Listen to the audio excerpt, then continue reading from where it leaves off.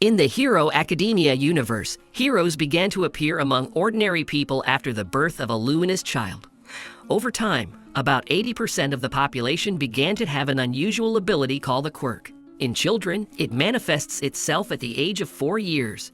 But our protagonist Izuku Midoriya, or Deku, was born an ordinary boy with no ability, which is why he was constantly bullied in kindergarten and at school. But he loved heroes very much, and constantly asked his mother to play him a video about the almighty Hero Number 1. The owners of a quirk use their powers to protect the population from villains or natural disasters. People who choose heroism as a profession are called professional heroes. There is a whole ranking of heroes based on popularity, effectiveness, and contributions to the hero society. But to become a professional hero, you need to get into the Hero Academy. The Yui Academy is considered the most prestigious, and the main character Midoriya and his classmate Bakugo dream of getting into it. Bakugo, or Kachin, has a very powerful quirk. The sweat on his palms is like nitroglycerin, and he can use it to create explosions.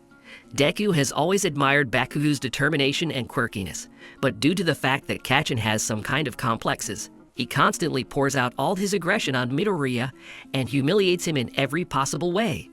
Deku is cowardly and completely indecisive, but one day of humiliation from Bakugo, he finally got it, and he turned around to attack him, but abruptly changed his mind. Midoriya was attacked by a monster. The monster almost made Midoriya lose consciousness, but All Might came to his aid, who destroys the monster with one blow and puts it in a bottle to take it to the police. Seeing his idol, Deku was about to ask a couple of questions, but All Might was in a hurry somewhere and flew away from him. However, Midoriya got caught on his leg, causing All Might to stop somewhere on the roof. Deku then asked if he could become a professional hero without a quirk, but he didn't have time to hear the answer because All Might went out of steam and turned into a frail boy. It turns out that 5 years ago, he was seriously injured, because of which his stomach and half of his lungs were removed. Constant operations exhausted him, and now he can turn into his heroic form for only 3 hours a day. But at the same time, no one should know about his secret, because the almighty symbol of the world, to which all heroes are equal. While they were flying to that rooftop, All Might dropped the monster's bottle, causing it to escape and take Bakugo's hostages, taking his quirk for himself. The monster was about to turn Kachin, but he resisted with all his might, although the professional heroes still could not help him, because they were afraid to attack the monster due to the likelihood of Bakugo being destroyed. No one was going to save the student. Even the Almighty stood and looked at it from the side, and only Midoriya had the courage to attack the monster with his powerful briefcase, which contained incredibly dangerous notebooks and pencils. But for unknown reasons, it did not destroy the monster. Seeing Deku's determination, All Might turns into his heroic form with the last of his strength and destroys the monster. On the way home, All Might catches up to Deku and reveals that he has an incredibly powerful quirk called One for All, and one of its features is that it can be transferred to other people. All this time, All Might was looking for a worthy successor to whom he could entrust such a powerful quirk. Seeing how Deku ran to save his classmate, realizing that he had very little chance of defeating the monster, All Might realized that it was Deku who should pass on his abilities. But the problem is that an ordinary body cannot withstand such power. It will simply break into pieces. Therefore, they will begin their 10-month training to prepare Midoriya to pass on his quirk and enter the Hero Academy. In order to get All Might's abilities, Deku had to eat his hair, after which he immediately ran to the selection in the Hero Academy, not understanding what power he received and how to use it. The practical part of the Yui Academy selection consists of a 10-minute battle. In the built city polygon, the guys will have to fight with robots of different levels. There are 3 of them in total. For the destruction of the robot, points are awarded, and their number depends on the strength of the enemy. There is also another type of robot, but for which points are not awarded. Students were advised to simply run away from him. During the test, Midoriya just ran around the training ground, trying to find at least someone, but almost all the robots had already been dismantled. A bunch of students got high scores while Deku ran with 0. Time was running out, and at some point everyone saw a huge robot, for which they do not give points. Everyone started to run away from him, but Midoriya noticed how the girl was squeezed in the rubble, because of which she could not escape there. He was the only one who decided to help her. Deku jumped towards the robot with incredible speed and destroyed it with just one blow. Last year, there were people who also destroyed this robot, but no one was able to do it with one blow. It turned out that 10 months is not enough to fully prepare your body for such loads. Jumping up to the robot, Deku injured both of his legs, and also hitting him, injured his arm. He began to fall to the ground, but he was protected from the blow by the girl he saved, whose name is Ochako Uraraka. Her quirk is the ability to make any object weightless. This ability helped Deku not fall onto the asphalt. Everyone admired his act, especially Tenya Ida, a nerd who has engines in his legs, allowing him to run very fast. The test is over. Deku scored 0 points, which meant he failed. Further written test, which he passed with excellent marks. But due to the fact that he scored 0 points for the practical part, the likelihood that he would be accepted was extremely small. But it turned out that the judges who judged the students gave extra points for saving a person during the test, thanks to which Deku scored enough points to enter the hero faculty. Midoriya entered the class with Bakugo, Idai, and Uraraka. They got here because they successfully passed the qualifying tests. But it turns out that this is not the only way to enter the academy. If you are strong enough or smart enough, then you can be taken on a recommendation. This is exactly what Momo Yoirozu did here, having a creation quirk that allows her to create all kinds of items like weapons. Also on the recommendation, Shoto Todoroki got here. His ability is to control 2 elements. The right hand can create ice, and the left one generates heat. Thanks to this combination, Shoto is one of the strongest students in the academy. They entered Class 1A, whose homeroom teacher will be Shota Aizawa, or Subtrigalova. His quirk allows him to erase any other quirk just by looking at any part of his target's body. But for this, he must constantly keep his eyes open. If he blinks or looks away from the target, the erase effect will instantly disappear. As a test of his students, he organized 8 tests for them. Points are awarded for each of them, depending on the place that the student took. The one who, according to the sum of points of all tests, will be in last place will be expelled from the academy. Since Midoriya hasn't yet mastered his quirk because he takes damage from using it, the likelihood of him being expelled skyrockets. As expected, in the first 5 tests, he was the last one, and in order to score at least some points, he must apply his quirk to throwing the ball. But the problem is that Aizawa's gaze erases his ability during the throw, due to the fact that it will hurt Deku's arm. And if a student cannot throw a ball without hurting his hand, then he is not worthy to study at the academy. So Midoriya had to cheat and throw the ball with his finger.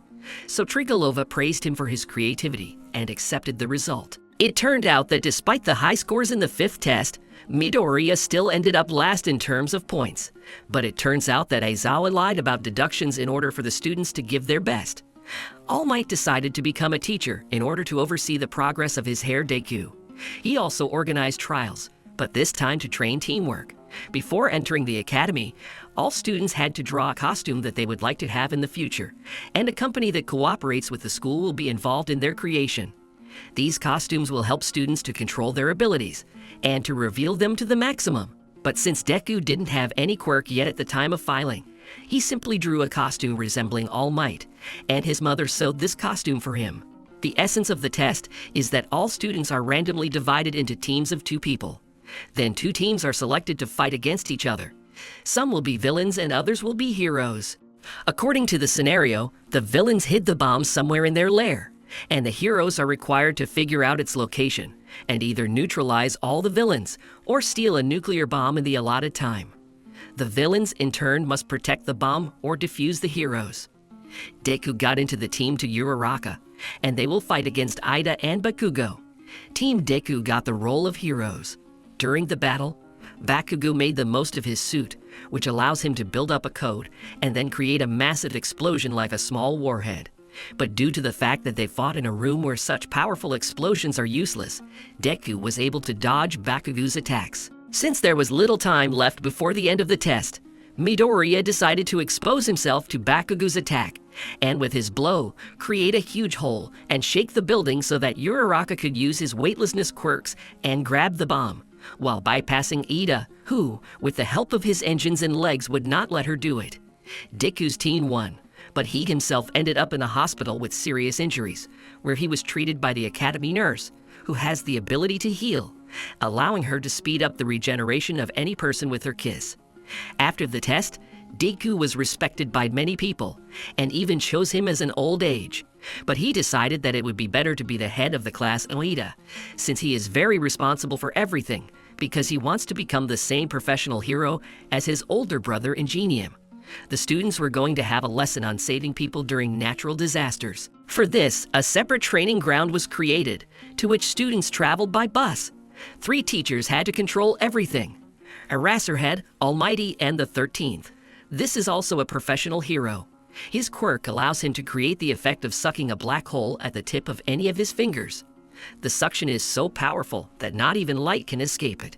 When everyone arrived at the training ground, it turned out that All Might would miss this lesson due to the fact that on the way to the academy, he was heroic in his perfect form. And since he had limited time for this, he simply ran out of steam, so he was forced to restore his strength at the academy. In addition, after he passed on his one-for-all quirk to Deku, his strength waned, and the amount of time he could spend in his hero form decreased. But even without the Almighty, the lesson must take place, and for this, the students were instructed. But just as they were about to begin their practice, a portal appeared out of nowhere and monsters began to emerge from it, led by Tomura Shigaraki, who wanted All Might to know pain. Their organization is called the League of Villains, and the goal is to destroy the Almighty. That is, the symbol of the world.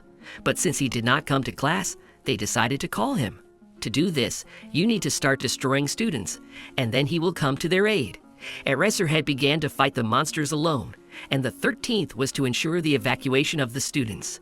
But they were prevented from doing this by Kurogiri, who was able to create a fog that works like a teleport, from which all these monsters just crawled out.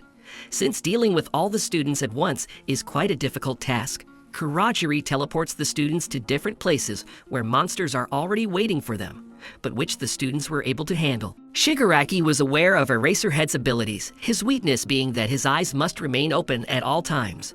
You can tell by his hair if he's using his quirk. When Eraserhead erases an ability, his hair will rise up. Using this knowledge, Shigaraki severely injured Eraserhead, injuring his elbow. Then Nomu started attacking him. Nomu is a genetically engineered monster that can be controlled by its owners. Since their goal is to destroy All Might, they developed a plan, because it was not for nothing that they decided to attack him during the students' studies. Their trump card is Nomu, who has several quirks, one of which is absorption. Thanks to her, he can absorb the blows of Deku and All Might. Also, someone told them that the All Might has become much weaker than before, but we still don't know who it is. 13th, who fought Kurogiri, was also seriously injured, so it was decided to send Ida to the academy to retrieve the heroes. With the help of teamwork, they managed to pass Kurogiri and sent the headman for help. This news greatly alarmed Shigaraki due to the fact that they did not plan to fight with professional heroes, so they decided to run away. But before that, they wanted to destroy a couple of students. Shigaraki attacked one of the students and almost destroyed her, but with her last breath, she was saved by the Eraserhead. However, they began to attack him with even greater force. Seizing the moment, Deku decided to attack Shigaraki, but his body hit absorbed Nomu, causing Deku not to hurt his arm after the hit like he did before. They realized that Midoriya was a follower of All Might, so the decision was made to destroy him. But at the last moment, an enraged Almighty burst into the training ground, who learned about the attack thanks to Ida. He began to destroy all the monsters at an incredible speed, after which he saved Aizawa and Deku's company along the way, throwing a hand from Shigaraku's face, which turns out to be his father. He asked the children to take the wounded Aizawa away, while he himself began to attack Nomu. But his blows did not cause any damage, and then he tried to immobilize him by throwing him into the asphalt. However, at the moment of impact, Kurogiri created a portal, and half of the Nomu was under the all-powerful. Nomu then began to squeeze All Might's old wound.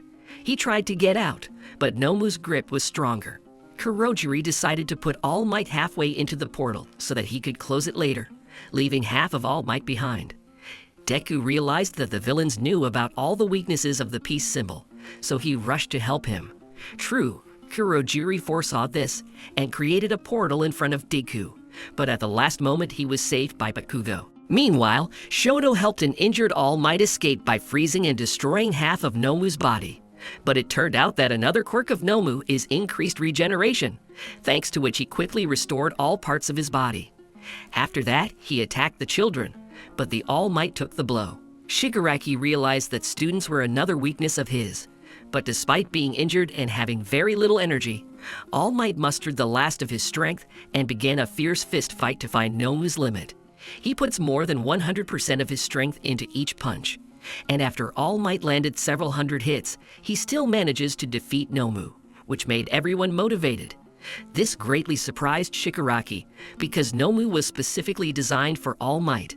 They were going to leave because help was coming in the form of professional heroes. In addition, All Might began to intimidate the villains. But it was a bluff that only Deku knew about because All Might started to steam, which meant that he would soon turn into a squishy. But at the same time, he intimidates Shigaraki with the last of his strength so that they leave. However, Kurachiri decides that he needs to see things through to the end. Then they attack All Might. He flew to save Deku, though they saw through him and were going to destroy him. But at the last moment, professional heroes appear, who quickly destroy all the monsters and greatly injure Shigaraki, which is why the villain had to flee. Turning into a pimple, All Might began to thank Deku for winning a few seconds. If it wasn't for Midoriya, he would have been destroyed for sure. Deku's classmate ran up to him to check if he was okay, but to prevent him from learning about All Might's secret, Cementos created a clay barrier, after which Deku and All Might were taken to the hospital. It turned out that Shigaraki has a mentor who orchestrated the attack on All Might. This master was very surprised when he learned that Nomu was defeated and then arrested. He said that they would prepare for a new, more powerful attack. All Might tells Deku that due to this battle, the time he can lead in hero form has been severely reduced. He hopes he has at least an hour. Detective Naomasa Tsukachi, one of the few who knows about All Might's true form, comes into their room, and all because they are best friends. The detective says that not a single student was injured, so Trigolova and the 13th are badly injured and are in the hospital, but nothing threatens their health. They come to the conclusion that these freshmen are among the strongest of all time, so they will make great heroes. Discharged from the hospital, Deku reunites with his friends and heads home. The Villain League's attack on the Academy was just the start of a huge incident later on. The day after the League of Villains attacked the Academy, the news reported that 72 villains had been captured in the attack. All Might's mentor, nicknamed Gran Torino, received a letter from All Might. In it, he told about Deku, who tried to save a man with his bare hands, and it is also possible that the Almighty will send his student to his mentor for training. Detective Naomasa Tsukachi is sitting at a teacher's meeting discussing the escaped villains Shigaraki and Kurojiri.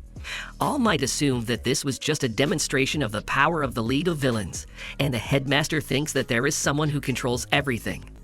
The next day, the school starts the morning meeting, where Aizawa shows up bandaged. He announces that the Yui Sports Festival is coming soon, and therefore all the strongest heroes will be watching this event. And this is a great opportunity for students to join one of the hero agencies. At lunch, Deku, Ida, and Uraraka share their goals, as well as why they want to be heroes. Uraraka wants to become a hero for money, as her family is currently in financial trouble. Ida wants to become the same hero as his older brother Ingenium, and Deku just wants to be a hero. Just then, All Might appears and offers Deku a meal with him until Ida and Uraraka realize All Might's attraction to Deku. Meanwhile, Deku tells All Might about the time he hit Nomu with his power and didn't hurt his arm. All Might praised Deku, and then encouraged him to show all his strength at the festival, as they need to show the whole world the new All Might, Izuku Midoriya. A crowd of students have gathered around Class 1A since this class has become popular due to the battle in the park, and therefore everyone is trying to find out more information about the students in this class and about their quirks. The day of the festival arrives. While the students are waiting for the festival to begin, Todoroki suddenly tells Deku that although he has attracted All Might's attention, he won't be able to win.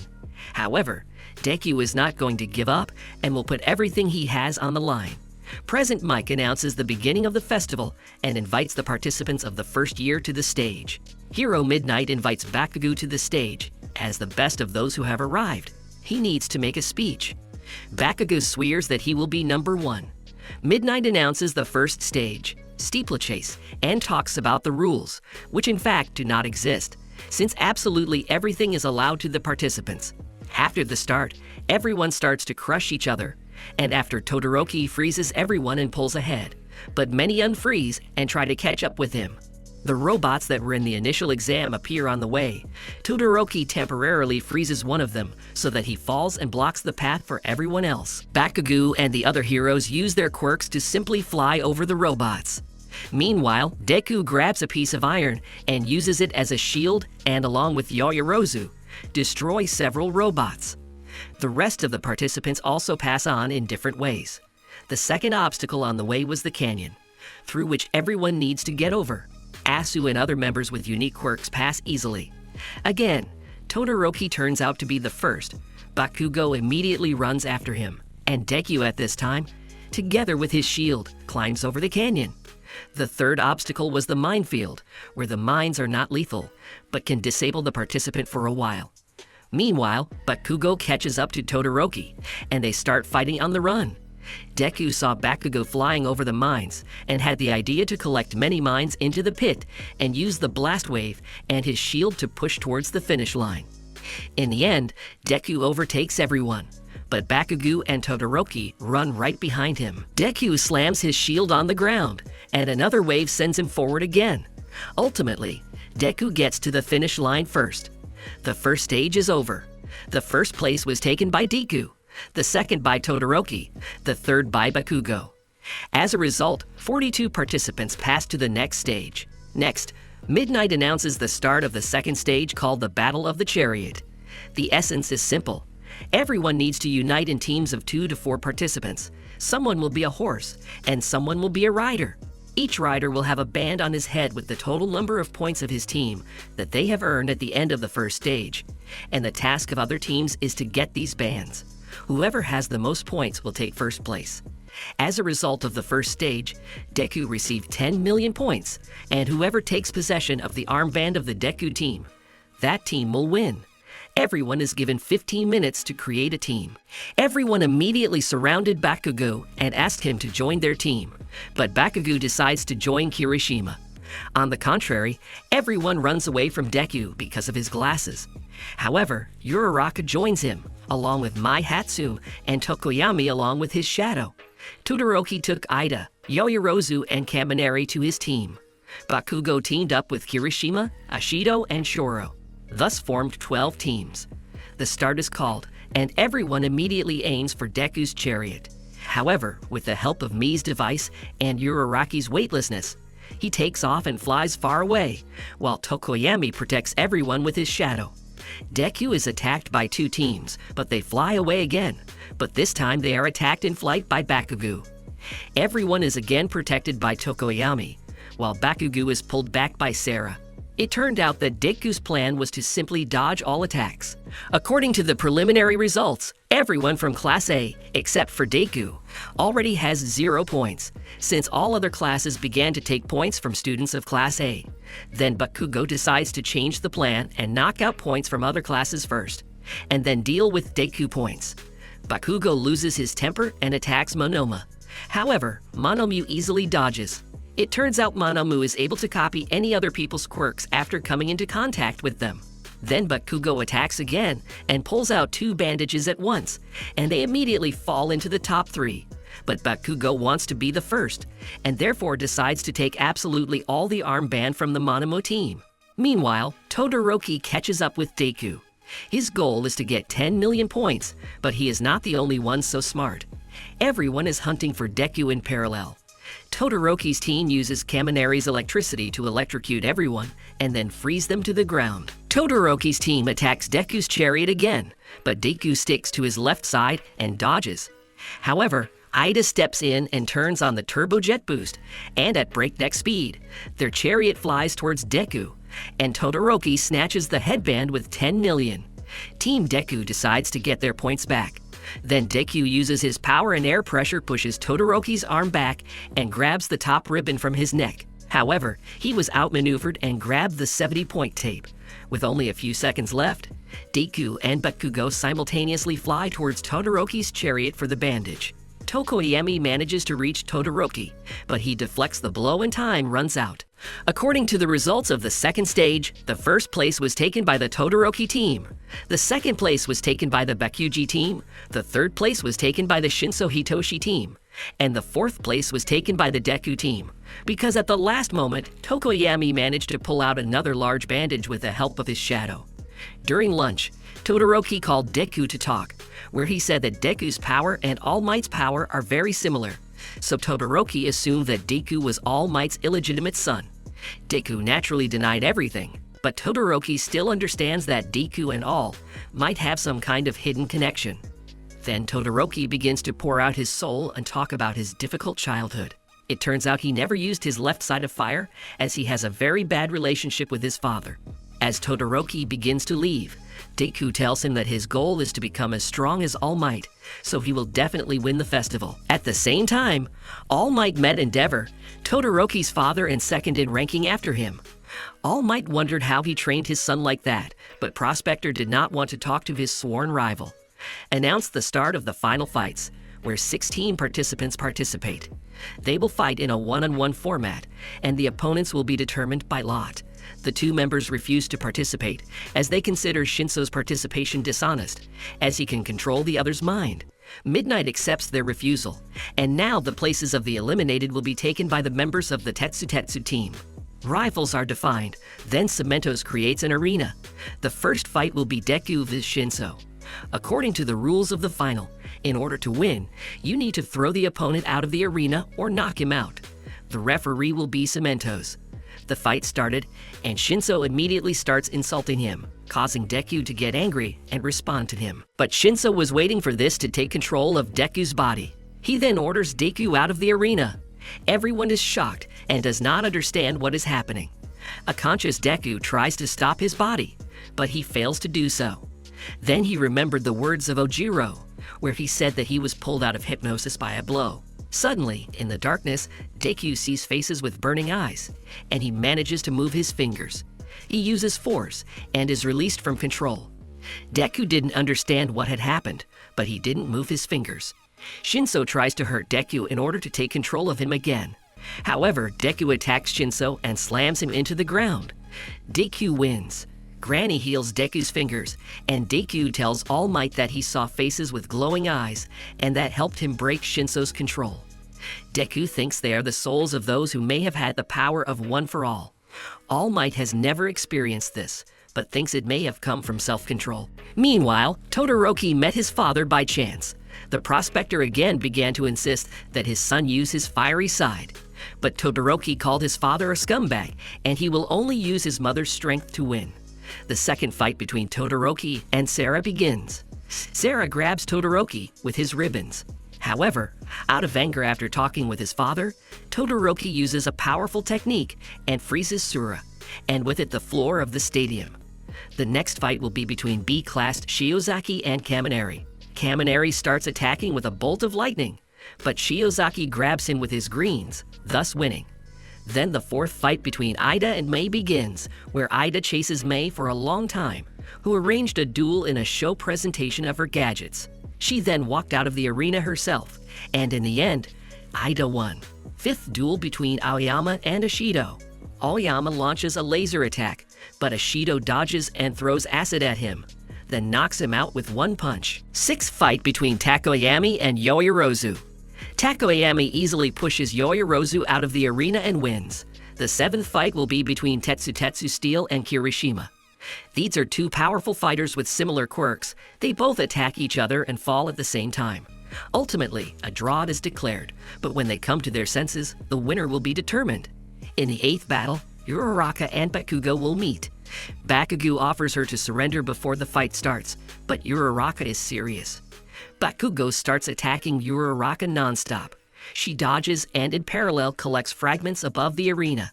After accumulating the shards, she throws them at Bakugo, but Bakugo destroys her entire plan with one blow. Uraraka's powers reached their limit, so Bakugo won. Deku accidentally runs into Endeavor in the hallway, who praises Deku for his excellent fight, adding that he can even defeat All Might. Deku was about to leave, but the prospector said that he was waiting for the moment when his son would surpass the all-powerful. But for now, Deku needed to try to show a worthy fight against his strongest son. All participants have regained strength, which means that Deku and Todoroki will fight in the quarterfinals. After the announcement of the start, Todoroki immediately attacks with ice, but Deku destroys his block with his finger, which causes serious damage to several fingers. Deku thus tries to understand Todoroki's weaknesses. Deku notices that Todoroki is shaking from the cold, which means he should use the fire side. This angers Todoroki, and he attacks Deku, but Deku knocks him back with his broken arm. Deku encourages Todoroki to use his fire side as he doesn't use his power to 100% due to his grudge. Todoroki remembered an incident from the past when his mother poured boiling water on him, for which his father sent her to a psychiatric hospital. Then he realized that Deku had been trying to help him all this time. Todoroki attacks Deku, but Deku jumps towards him. The judges try to stop this fight, but Deku destroys the arena by force, which is why he flew out of the arena and Todoroki won. After the fight, Todoroki is approached by his father and invites him to his agency, but Todoroki has not yet forgiven his father, so he refused. Ida's fight against Shiozaki begins, where Ida simply pushes his opponent out of the arena and wins. Meanwhile, Grandma performed the operation and partially restored Deku's bones. However, due to numerous injuries, he was left with a scar on his right arm. Grandma tells Deku that he needs to change his way of training. Then Deku suggests to All Might that he choose another successor for himself. But All Might believes in Deku, so he tries to motivate him. Ingenium on a mission met Chizome Akaguro, who destroys the heroes, and he also smashes Ingenium to pieces. Bakugo and Kirishima's next fight. Bakugo realized that Kirishima's weakness was the long use of his quirk, causing Bakugo to enter the semi-finals. In the semi-finals, Todoroki and Ida meet, where Ida turns on full power and tries to push Todoroki out in 10 seconds. But he fails and Todoroki goes to the final. Second semi-final fight between Bakugo and Tokoyami. Bakugo uses a flash grenade and defeats Tokoyami. The final fight will be between Bakugo and Todoroki. Todoroki attacks first and freezes Bakugo and half of the arena. However, Bakugo managed to get out and starts a counterattack. He throws Todoroki out of the arena, but Todoroki manages to stop himself with ice. Bakugo calls on Todoroki to use his fire side and then attacks with a powerful blow, thereby destroying the floor of the arena and knocking Todoroki back a couple of tens of meters. Bakugo grabs Todoroki and insults him for not using his full power. Midnight comforts Bakugo. In the end, Bakugo was the winner. The award ceremony begins, where Bakugo won first place. However, he was tied up so that he would not blow up the arena. Second place went to Todoroki, and third place went to Tokoyami and Ida. The All Might appears and distributes rewards to the winners. In class, Aizawa announces a special class hour where all students have to choose hero names. But before that, it shows the number of hero agency invitations sent to the students. Todoroki received over 4,000 invitations and Deku 0, as not everyone is ready to work with Bakugo's exuberant nature. Everyone chose a name for themselves. Then Aizawa talks about the future internship. He distributed forms to everyone and gave the students 2 days to choose. Meanwhile, Cementos is processing the incoming invitations for students along with the Almighty. They found one invitation for Deku. All Might was surprised that he was invited to the Gran Torino Academy. After All Might comes to Deku and tells him about the invitation from his former teacher of the Gran Torino school, who worked at the school for about a year, and he was All Might's homeroom teacher. He knows about the power of one for all, and therefore chose Deku. The news was about the attack on Ida's brother. It was a mat that destroys heroes. He had already destroyed 17 heroes and maimed 23, so Ida chose for himself an internship at the Hosu Agency, where his brother worked.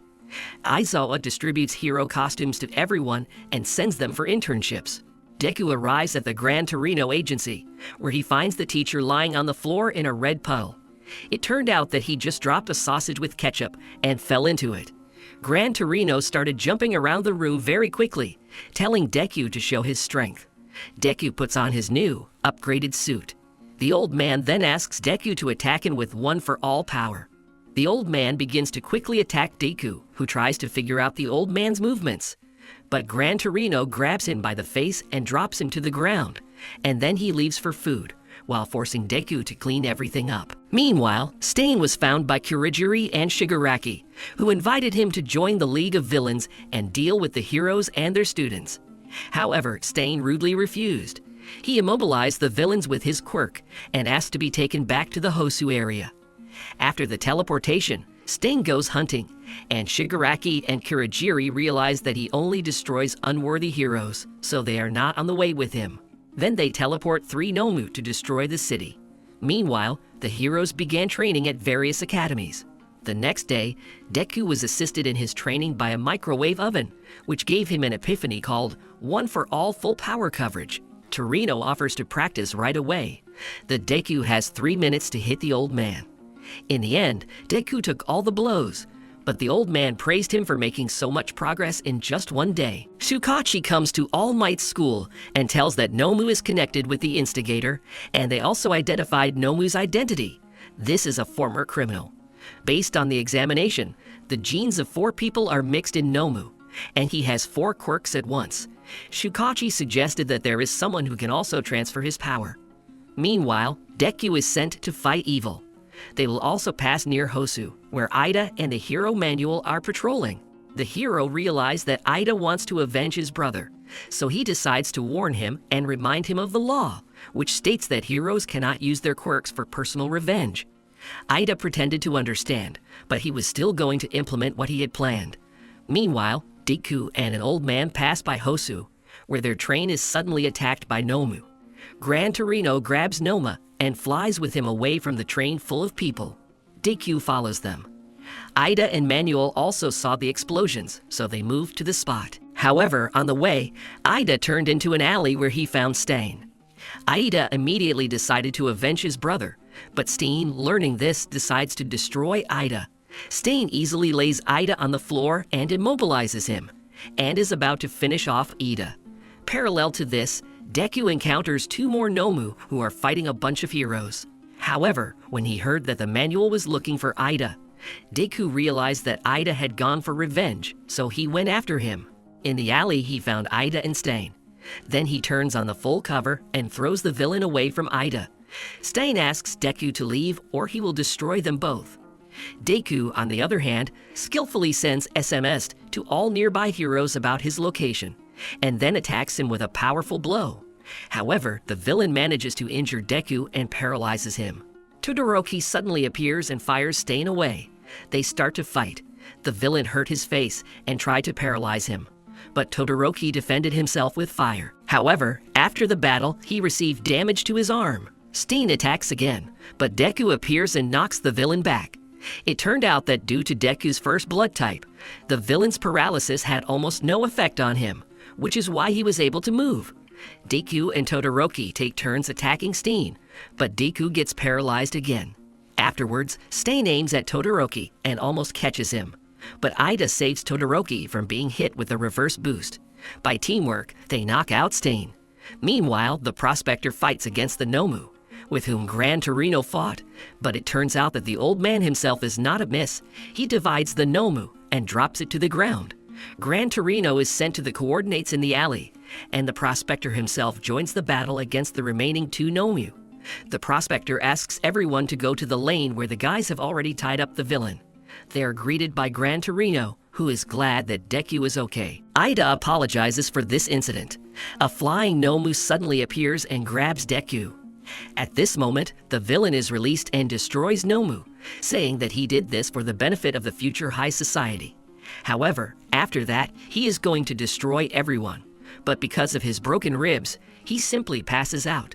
Gran Torino, the manual, and the head of the police Hosu, Kenji Tsuragame, came to the hospital to the heroes. He thanks the guys for this excellent work done.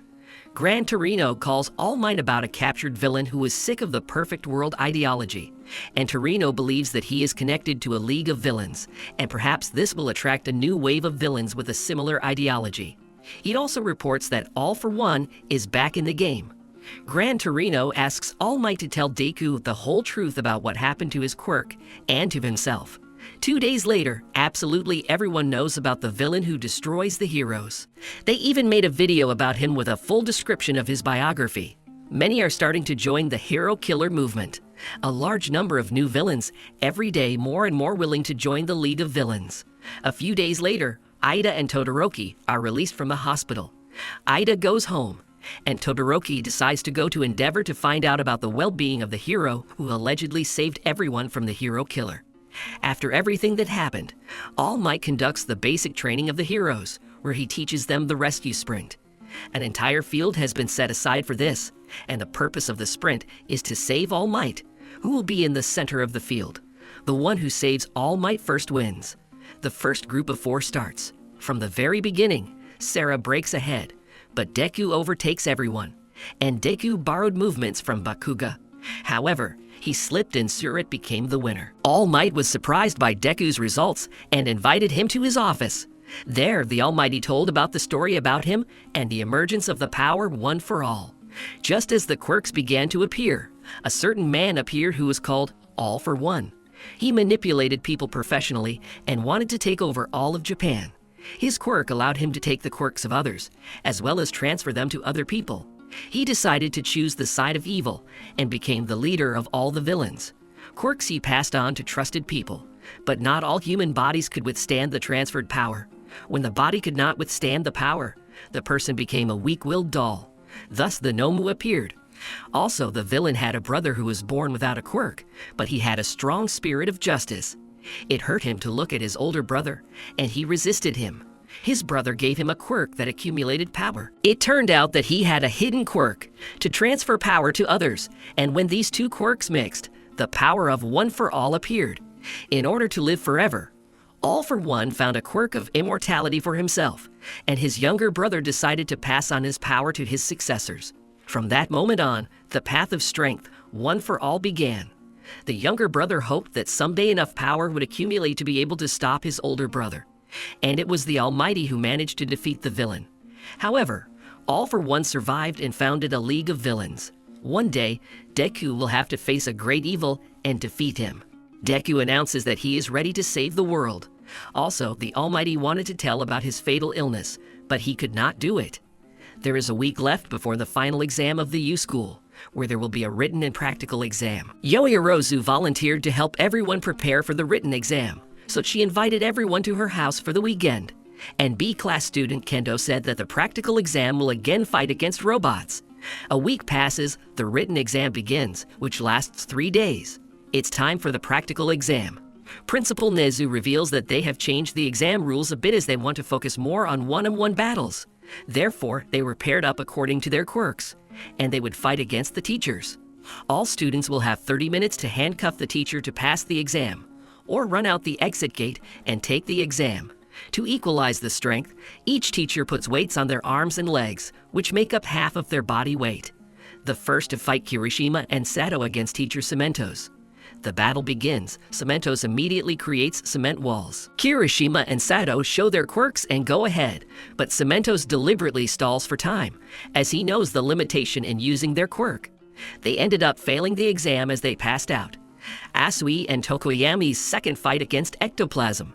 The students combine their quirks, but ectoplasm creates up to 30 clones and attacks with them. However, Asui and Tokoyami defend well. Ectoplasm then summons a giant clone that attacks and takes over their bodies. Tokoyami tries to attack with her shadow, and Asui takes out her handcuffs, and through the shadow they handcuff the teacher, thus successfully passing the exam. Ojiro and Ida's third fight against the loader.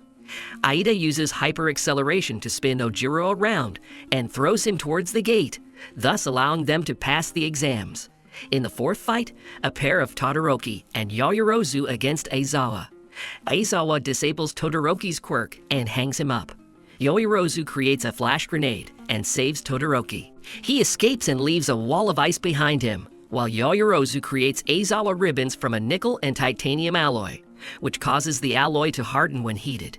They set up a trap and threw ribbons at Aizawa with a catapult. They tied the teacher with ribbons and handcuffed him. The fifth fight between Aoyama and Yuraraku against the 13th. The students also successfully passed the exam. The fight between Kaminari and Ashido against the director begins. The director uses a crane to destroy the building and cover the students with rubble. The director's quirk is a highly developed intellect despite being an animal. Ashido and Kaminari are running out of time, so they fail the exam. The seventh fight of Jiro and Kuji pair against present Mick. The teacher attacks with sound waves.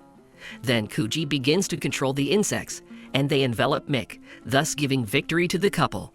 Shoji and Toru's next fight is against Strelok. The gunslinger attacks with shots from Shoji, while Toru became invisible and easily handcuffed the teacher. Minoru and Shioru's ninth fight against Midnight with the lunatic quirk, as she can put her to sleep with her body odor. Shioru pushes Minoru away so that he doesn't fall under the spell. However, he falls under it himself and falls asleep. Then Midnight finds Minoru and attacks it with a whip. Minoru starts running to get Midnight away from the gate, and then he throws his sticky balls and sticks her. Then they pass through the gate, and the team successfully passes the exam. The last fight left is Deku and Bakugo versus All Might. First, Deku wants to discuss the plan with Bakugo, but he was against it, and therefore hit him in the face. The Almighty intervened, destroying an entire block with one blow. All Might asks them to pretend that he is now a villain, so Bakugo immediately attacks All Might in the face, but later ends up on the ground. All Might then switches to Deku and throws it at Bakugo. Bakugo angrily says that he will never accept help from Deku's trash, causing Deku to use his power to attack Bakugo and then grab him and run into an alley. There, Bakugo came up with a plan where he distracts All Might from one side with an explosion, while Deku attacks All Might from the other side and runs towards the gate. But things don't go according to plan as All Might breaks Bakugo's gauntlet and then Deku. He throws them at the building, but Bakugo attacks All Might and throws the deck towards the gate. However, All Might catches up to Deku and slams him into the ground. Bakugo then decides to attack with his strongest attack, but is immediately slammed into the ground. Deku uses his power to punch All Might in the face before taking Bakugo and running with him towards the gate. In the end, Deku and Bakugo passed the exam. Meanwhile, villains who want to join the League of Villains have come to Shigaraki's cafe. Shigaraki does not want to receive anyone, so he asks Kurogiri to destroy the guests. However, Kurogiri suggests listening to the speakers first. The first newcomer is Toga, a psychopathic schoolgirl who is already suspected of a number of crimes, and the second is named Dabi, who wants to play the role of a villain in their league. Hearing the third name, Stain, Shigaraki lost his temper and decided to destroy the newcomers. But Kurogiri intervened and redirected the blows, as they needed new villains. At school, Aizawa informs everyone that they are all going to camp together. The kids went to the store first. Shigfreki finds Deku near the stalls. He needed to talk to him, so he forces Deku, otherwise he will destroy him with one finger. Shigaraki reveals that he also hates the hero killer, and they are clearly not allies. But Deku does not understand Shigaraki's motives, and even though Steen wants to create a perfect world, Deku condemns him. Shigaraki decided to use Stain's motives to carry out his plan. Meanwhile, Uraraki comes to Deku and finds him with Shigaraki. The villain, seeing Deku's girlfriend, decides to let him go, and warns in advance that if Deku goes after him, he will destroy many innocent people. Shigaraki leaves, but Deku follows up with the question of what everyone needs for one. Shigaraki replies that no one knows, but he knows for sure that next time he will destroy Deku. After Shigaraki dissolves into the crowd, Uraraka then reported the incident to the police, and the mall was temporarily closed. The heroes and the police independently investigated, but Shigaraki was never found. Then Deku was invited to the police station, where he spoke with the investigator Naoma Tsukachi, who is investigating the League of Villains. He thanked Deku for the information, and on the way out they meet All Might as well as Deku's mom. They then drive home under police escort. Tsukachi tells All Might that it was like a chance encounter with a villain, so they continue to watch the League of Villains, but they will also need the help of the Yui School. All Might looks to the investigator and his quick lead to find the League of Villains. The Yui School's swimming pool hosts a training session where students compete in speed with quirks. However, Aizawa appears and announces the end of their competition as pool time has come to an end, as well as the start of summer classes due to the end of the first semester. Now 2 classes 1 and 1-bit are going to summer camp to train their quirks and improve their stamina. The students are taken to the gathering place in front of the camp, where they meet a team of professional wild cat heroes and a powerful male cat. Hero Mandalay shows the camp to which the students must reach. Then Pixabop throws everyone off the cliff into the forest of magical animals. And now the goal of all students is to get to the camp through the forest, which is filled with magical creatures. In this regard, Shoji and Jiro began to hunt down the beasts, and everyone else began to destroy these monsters. As a result, the beaten and tired students successfully reached their destination. They were told the conditions of their stay in the camp, and they were also introduced to Mandala's nephew named Kota, who hates heroes since his parents of heroes were destroyed in the line of duty. Deku decided to get to know him, however. Kota used a very powerful punching technique. In the meantime, all students were placed in the camp.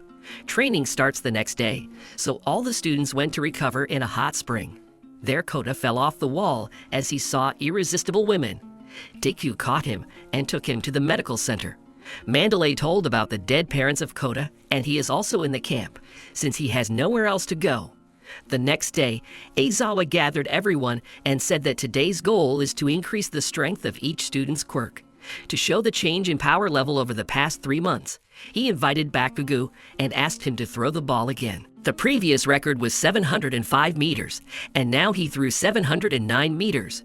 With this, Aizawa showed that Bakugo's quirk power level had not changed much in 3 months, and therefore it is now very important to strengthen quirks and increase stamina. In parallel with this, the League of Villains lay low. However, this is just the calm before the storm, as Shigaraki has gathered strong villains and created a strike force, and now the villains are preparing to implement their audacious plan. Meanwhile, the students begin their long training sessions where each develops their own quirk. Class 1-bit began the same training under the leadership of Vlad and under the supervision of Wildcats. Ragdoll, with the help of his quirk, can observe hundreds of people at once and find their weaknesses. Pixabop can control the earth. Mandalay has telepathy. She can transmit messages from a distance and read people's minds. Tiger is responsible for attacks and destruction, so he took up Deku training. After training, the students cooked their own food. Deku noticed Kota leaving and decided to give him some food. However, Kota refused Deku's help. Meanwhile, the strike force is plotting to attack the camp, but for now they are waiting for the main body to arrive. Students at this time train hard, and in the evening they pass courage tests, and those who did not pass the UE school exam, Aizawa takes with him to class. The essence of the test is that one class scares the other, so everyone is divided into groups of 2 heroes using a random house. However, Deku is left without a mate. Class B will be the first to scare, and Class A will act as victims. At the same time, Aizawa led the students to the classroom where Manamu and teacher Vlad were waiting for them. They all receive a telepathic message from Mandalay that they have been attacked. Aizawa immediately goes to help them. However, on the street, he is attacked by Dabi and attacks point blank with fire. But Aizawa dodges, disables Dobi's quirk, and slams him face first into the ground. However, Dabi dissolves as it turns out it was a copy made by Twice. Aizawa meets some of the students coming out of the forest. He sends students to Vlad's class, and he goes to the forest. Meanwhile, part of the forest was filled with poisonous gas. In different places, the villains simultaneously attacked a group of students and heroes. Spinner and Magna attacked Pixie Bob, Mandalay, and Tigger.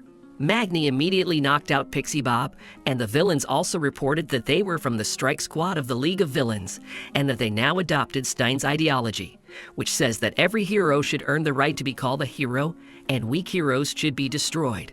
Mandalay and Tiger start fighting against Spinner and Magna. Meanwhile, Deku went to rescue Kota, who was overtaken by Muscle.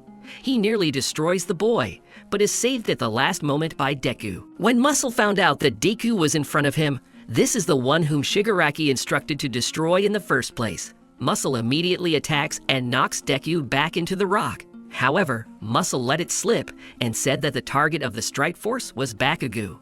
It turned out that Muscle destroyed Kouta's parents, for which Deku decides to attack him with a powerful attack. However, the villain withstands the blow. Then Muscle attacks again, but Deku manages to dodge. Deku has no choice, so he decides to fight Muscle and not back down. As a result, the Muscle pins Deku to the ground, but the villain is distracted by the cat. Seizing the moment, Deku uses his 1,000,000% strength and uses his technique to hit Muscle, slamming him up the mountain and defeating him. Deku takes the boy and heads towards the camp, as he urgently needs to inform the teachers and the cat squad that Bakugo is the target of the villains. On the way, Deku meets Aizawa, who reminds him of his lack of a heroic apprentice license. But since all available forces are now needed, he asked for a message from Mandalay, in which Aizawa issued all students permission to fight. Deku gets to Mandalay and relays Aizawa's message to her, and also tells her that Koda is safe. Mandalay, using her quirk, informed everyone about Aizawa's order, and also asked Deku to pass on the information that the target of the capture of the villains was Bakugo. Deku went looking for Bakugo. However, Magni decided to destroy him, but Spinner stopped him since, according to Stain's ideology, the villain recognized Deku as a worthy hero. Meanwhile, Bakugo and Todoroki encountered Toothie, who immediately attacked them. They started to fight the villain, but they fell into a trap as Bakugo's quirk can create a fire, and they can't escape because of the gas behind them. At the same time, Deku encounters Shoji and Tokoyami, whose shadow went out of control during the battle with the villain. It turned out that they were also attacked by Toothie and hurt Shoji's arm by a replicant. Seeing this, Tokoyami lost control of his quirk, and now Tokoyami asks the guys to leave and leave a shadow on him. However, after seeing Bakugo's explosions in the distance, Deku came up with a plan where they would run towards Bakugo and draw a shadow behind them. There he will create a glow, and the shadow will calm down. In the end, they successfully implemented the plan. However, Bakugo decided to wait until the shadow destroyed Toothie. After that, they, along with Todoroki, calmed the shadow. Deku reminded everyone that Bakugo was the villain's target, so he offered to take Bakugo to the camp. They set off, building a kind of shield in front of Bakugo. Meanwhile, Yaoyorozu created masks for all the students, and Tetsu decided to go help the teachers. But Kendo stopped him and suggested that he find the one who creates the gas. The villain was very close, so they easily found him. A villain named Mustard attacked Tetsu and broke his mask, causing him to lose his powers as he couldn't breathe. However, Kendo enlarged her arms and created whirlwinds of air that dispersed the gas. Then Tetsu attacked the villain with his last strength and knocked him out. Meanwhile, Uraraka and Asui fight against Togu. Toga attacks Uraraka, but Asui defends her, causing her tongue to break. Then Toga chains Asui by the hair to a tree. Uraraka attacks the villain and slams her face into the ground. Tobu says that they both smell the same since they are both in love with someone. She suddenly sticks her syringe into Uraraka's leg and draws blood from her. However, Deku and the rest of the guys show up, and Togu decides to retreat. It turns out that the villainess is also in love with Deku. Deku suggests they all go to camp together and escort Bakugo. However, it turned out that Bakugo and Tokoyami had disappeared, captured by Mr. Compress, who informed the strike team that they had secured the target, and the villains began to retreat. The guys went in pursuit of the Compress. Dabi and Twice also went to the rally point, and they also summoned Noma with them, thereby accidentally saving Yaoyorozu and a vase from trouble. In order not to miss Nomu, Yaoyorozu creates a tracking chip, and Awaze attaches it with his quirk to Nomu. Another clone of Debbie bursts into the class to the students, but Vlad slams him into the wall. The clone says that the entire hero system stands on only two pillars: the hero All Might and the pinnacle of Yui training. However, just a few incidents can destroy this system, and this crack will spread throughout the heroic world. Aizawa suddenly appeared and destroyed the clone. He leaves Koda, and he goes to help the others. At the training field, Tiger and Mandalay nearly defeated Magna and Spinner, but Kurojiri appeared and freed them. Meanwhile, the guys keep chasing Compress. Deku came up with a plan where Uraraka makes everyone weightless and Asui launches them straight towards the villain. They end up slamming Compress into the ground right at the Strike Force's rally point. Several villains have already arrived there, who immediately begin to attack the heroes. Dabi scatters everyone with her fire, and Toga attacks her new love Deku, whom she wanted to destroy.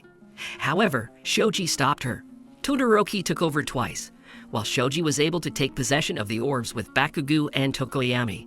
It turned out that they were not real balls. Kurojiri appeared, and the villains began to enter his portal. At the last moment, Aoyama shoots a laser at Compress's mask from the bushes, and he drops the balls. Shoji manages to grab one of the balls, and the second ball grabs Dabi. As a result, Tokoyami was saved, and Bakugo was taken away by the villains.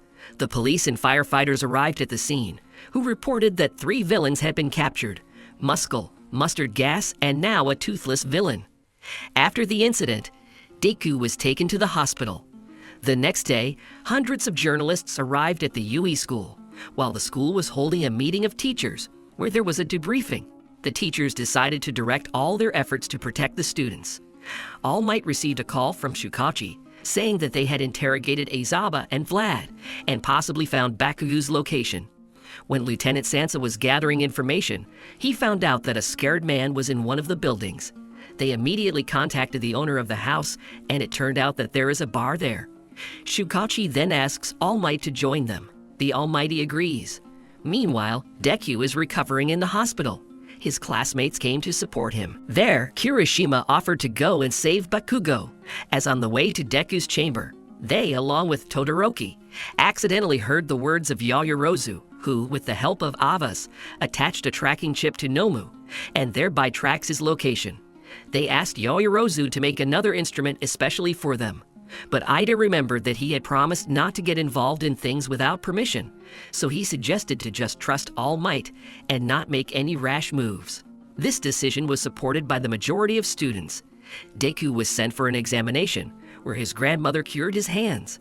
However, due to the large number of injuries, the hands did not fully recover. Then the doctor said that if Deku continued to receive such injuries, then his hands would become paralyzed. The doctor also delivered a letter from Kauta, in which he thanked Deku for saving him. Deku received a call from his mother, who asked him to think about leaving U School. However, Deku owes everything to All Might, and since he made him a hero, he cannot let him down. When Deku leaves the hospital with Yaoyorozu, the guys start saving Bakugo. They drive to the Kamina area in Yokohama City. Meanwhile, Shukachi enlisted several heroes in the operation. They started discussing the plan to take over the headquarters of the League of Villains. At this time, the news reported that one of the students of the school had been kidnapped. Shigaraki is very pleased with everything that is happening, and he also suggested that Bakugo join the League of Villains. But Bakugo, even at the cost of his life, would never become a villain, so he refused. Meanwhile, the guys arrived at the place and put on disguises. Walking down the street, they saw a press conference at UE School, where the headmaster and some teachers apologized to all the affected students. Then the journalists bombarded them with tricky questions, and ordinary residents began to condemn the actions of the school and teachers. Shigaraki, having seen this press conference, was glad that society is not happy with the heroes, as they do not cope with their duties, and people do not want to forgive the mistakes made by the heroes. The villains call the heroes two-faced people who live for money and fame. And people for what? But they always criticize instead of support. Then Shigaraki began to put pressure on Bakugo's passion for victories, and then completely asks to release him. However, Bakugo takes off and attacks Shigaraki. Bakugo said his goal is to become a famous hero like All Might. Meanwhile, Shukachi and the heroes had already discussed the plan. It turned out that the director and teachers used the press conference to divert the attention of the villains, so the attack of the heroes will be as unexpected as possible. All Might and several other heroes break into Shigaraki's bar and attack the villains. Shigaraki is shocked by what is happening, and therefore asks Kurogiri to move all the Nomu to the bar. However, the impaler covers Kurogiri's mouth. Meanwhile, the guys got to the hangar, where they found a lot of Nomu. However, another part of the heroes broke into the hangar and captured all the Nomu.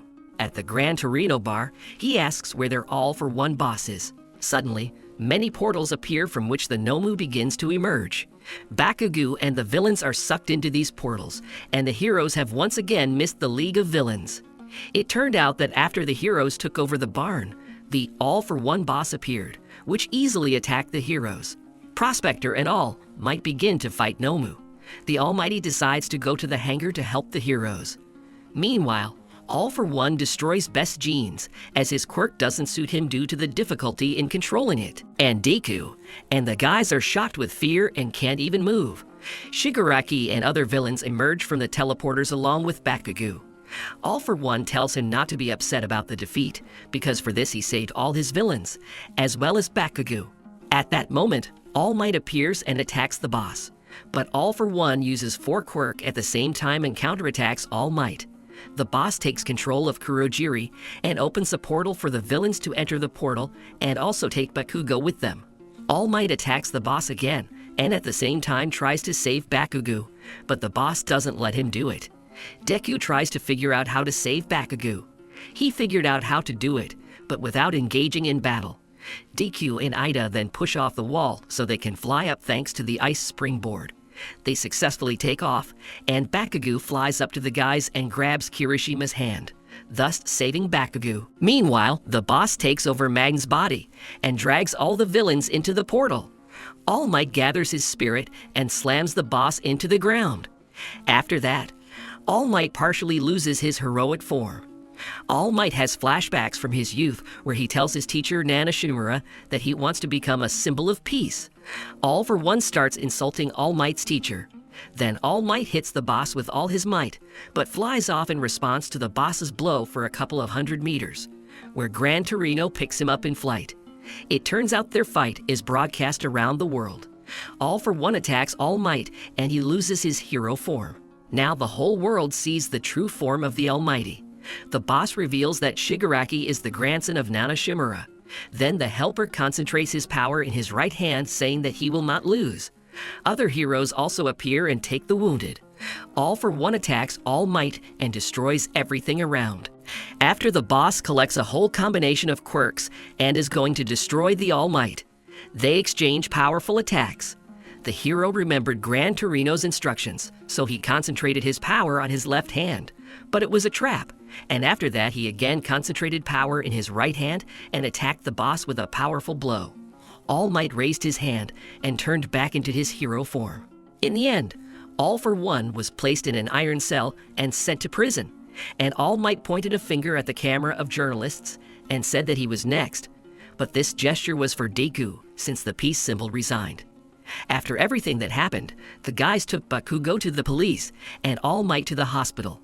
All Might decides to visit Chukachi and Gran Torino, who are discussing the roots of the Shigaraki family.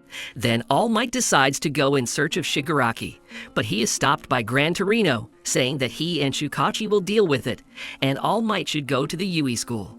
Meanwhile, Todoroki has returned home and finds his angry father, who is now the #1 hero. However, he is unhappy that he took this place in this way. Deku received a message from All Might, and they met on the beach. At the meeting, All Might hit Deku in the face because he disobeyed and therefore could go to another world.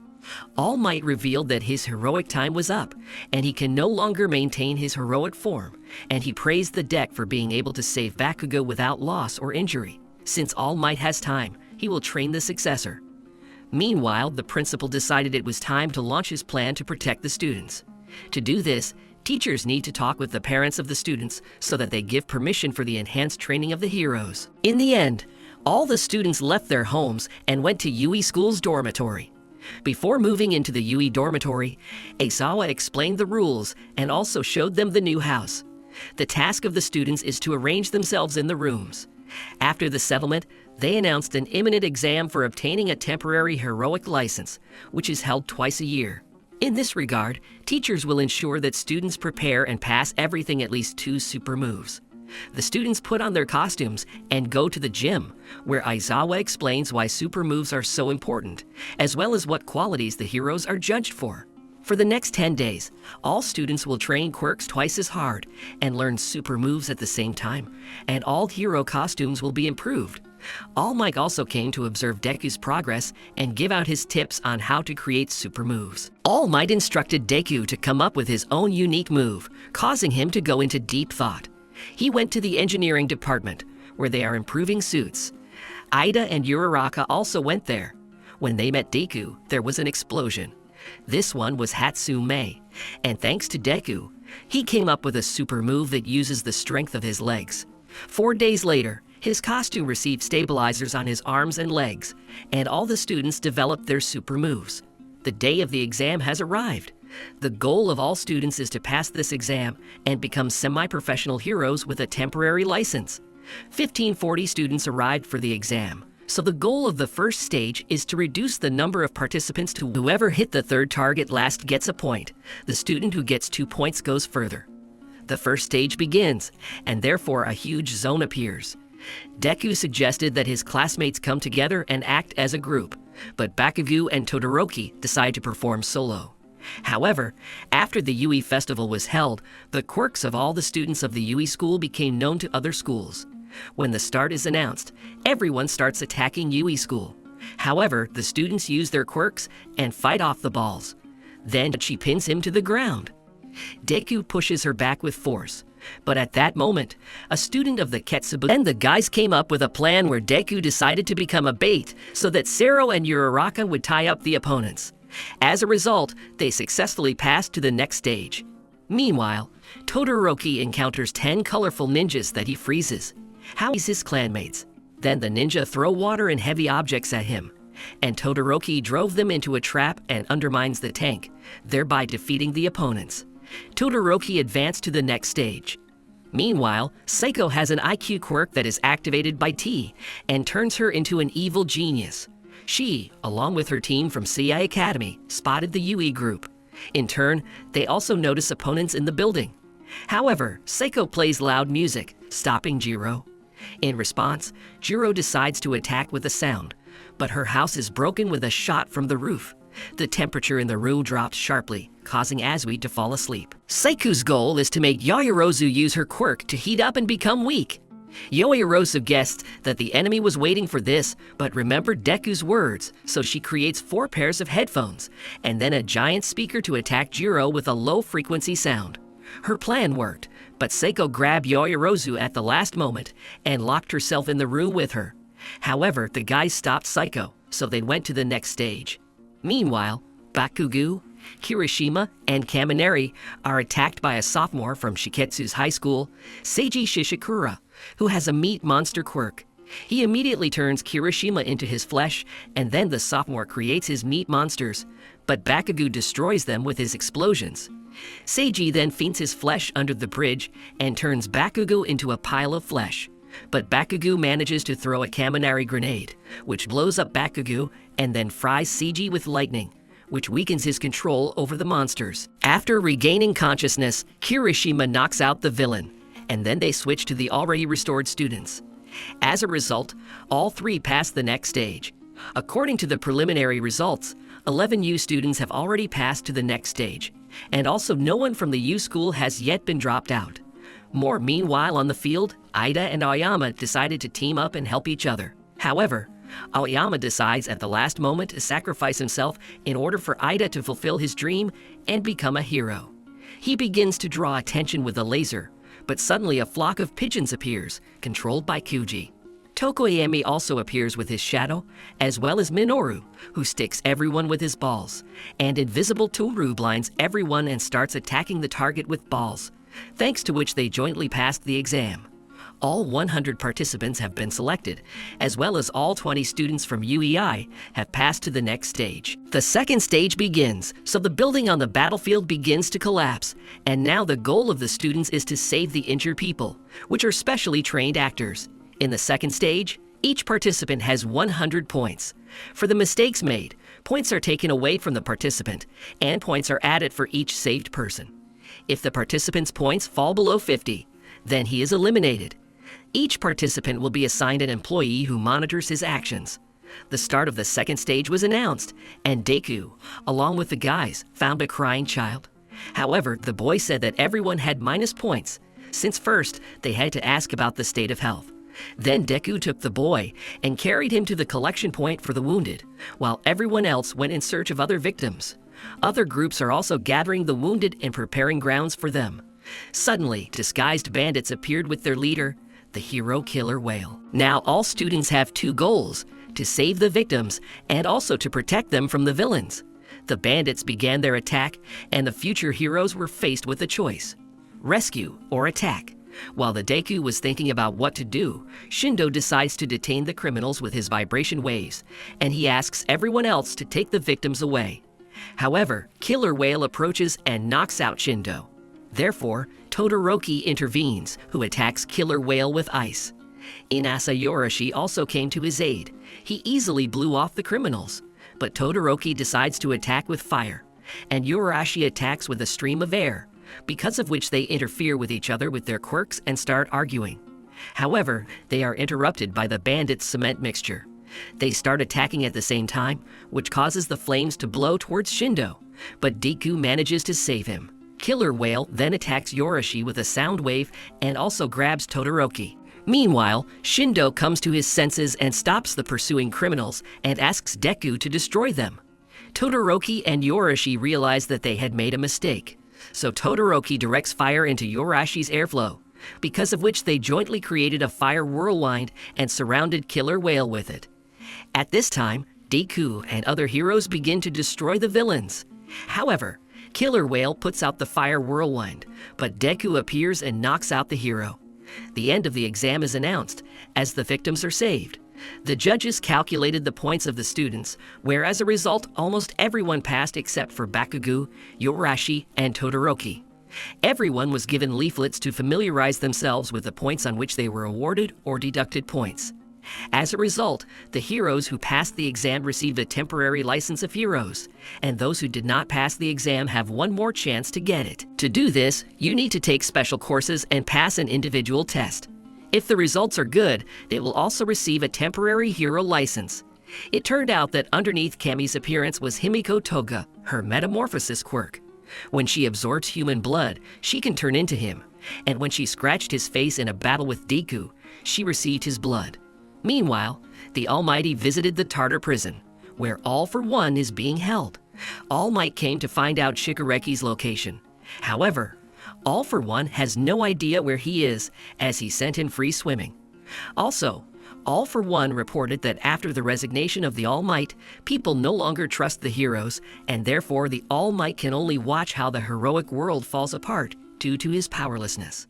However, All Might understands that One for All wants to destroy All Might and his successor Deku with the help of Shigaraki, but All Might does not intend to give up and promises to crush the villains. On the way home, All Might receives a photo of his provisional license from Deku, so he is overjoyed for his successor.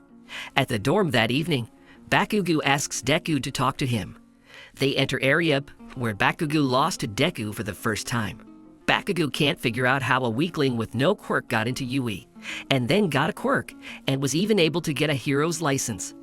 After the battle in Kamina, Bakugo figured out that Deku got his power from All Might, as he saw All for One take and use multiple quirks at the same time. He understood his whole path from beginning to end, but he could not understand why the Almighty chose him as his successor. To answer this question for himself, he invites Deku to fight. Bakugo starts to attack Deku, but he dodges as he doesn't want to fight. Bakugo always looked up to All Might, but now that he transferred his power to Deku, he drained his energy himself, and therefore there is no longer a symbol of the world that Bakugo used to look up to. And now Bakugo does not know what to do next. Deku understands his feelings, but the next time he attacks, he punches him in the face. Deku decided not to hold back and fight at full strength. However, Bakugo attacks so fast that Deku doesn't even have time to react. Deku gets up, but Bakugo blinds him and attacks again. It was also revealed that Deku always admired Bakugo, and he inspired Deku even more than All Might did.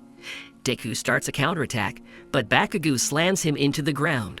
It turned out that a sentinel robot was watching the whole battle, which informed Izawa about this. Izawa went outside and met All Might.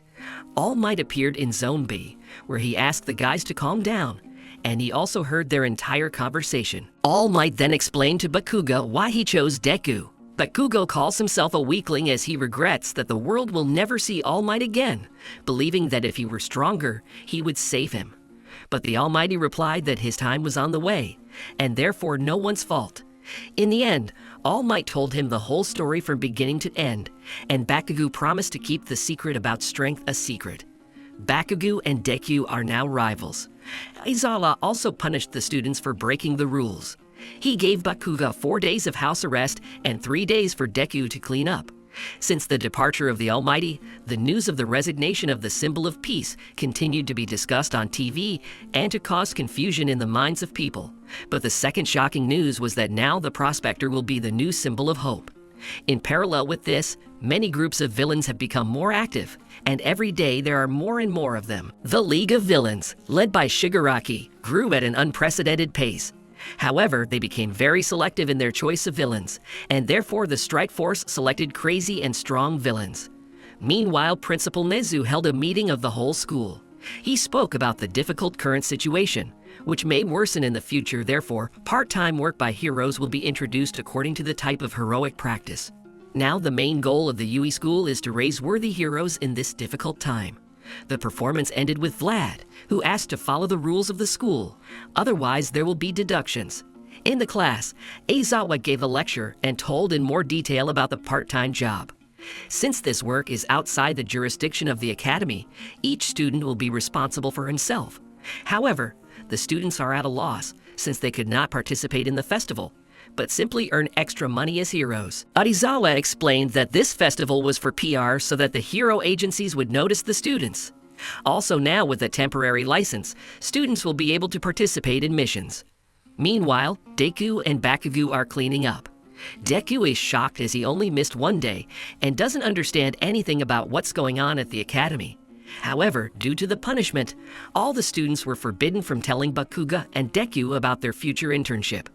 It's been 3 days, Deku is out of house arrest, and now Deku wants to catch up. Aizawa elaborated on the internship. To do this, he invited the 3 strongest students of the school, who are called the Big Three. Tamaki Amajiki spoke first, but he began to shake and turned away from the class. Nejiro Hado took over his presentation, but after that, she began to ask stupid and strange questions to the students. Aizawa then got angry and asked the trio to behave normally.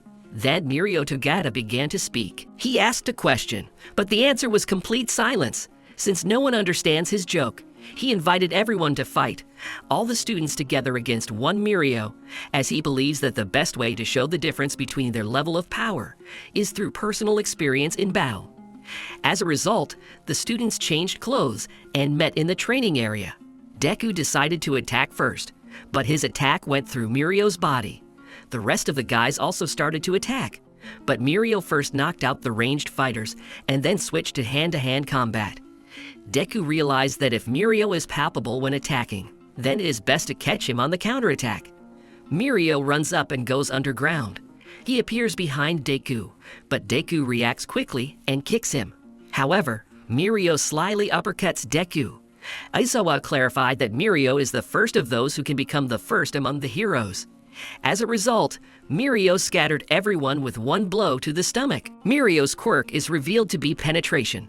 When he uses his quirk, he becomes weightless. However, when canceling it, the item immediately pushes him back, as it violates the laws of physics. But there are enough downsides to his quirk. Under the ground, he cannot breathe, see, or hear. This state is comparable to a black hole. He can also use a quirk on a body part and thereby pass through walls. Then Mirio gave a cool and motivational speech. The whole point is that experience turns into strength. Deku immediately realized that Mirio was not naturally strong, but because he developed his skills through training and worked harder than anyone else. Mirio also admitted that Deku is strong enough. That evening, Deku decided to call Gran Torino to inquire about an internship. However, the old man refused him, as he is now busy looking for a league of villains. He sent him to All Might to recommend Deku to his former partners. Meanwhile, the League of Villains met with the head of Overhaul. Those who have been trusted to be the heirs of evil and those who have been set free to do evil will soon meet. The news company is preparing a story about the departure of the All Might as the first hero. However, for the plot, the journalists only have a video recording from Kamino, as All Might's friends and colleagues refuse to give additional information.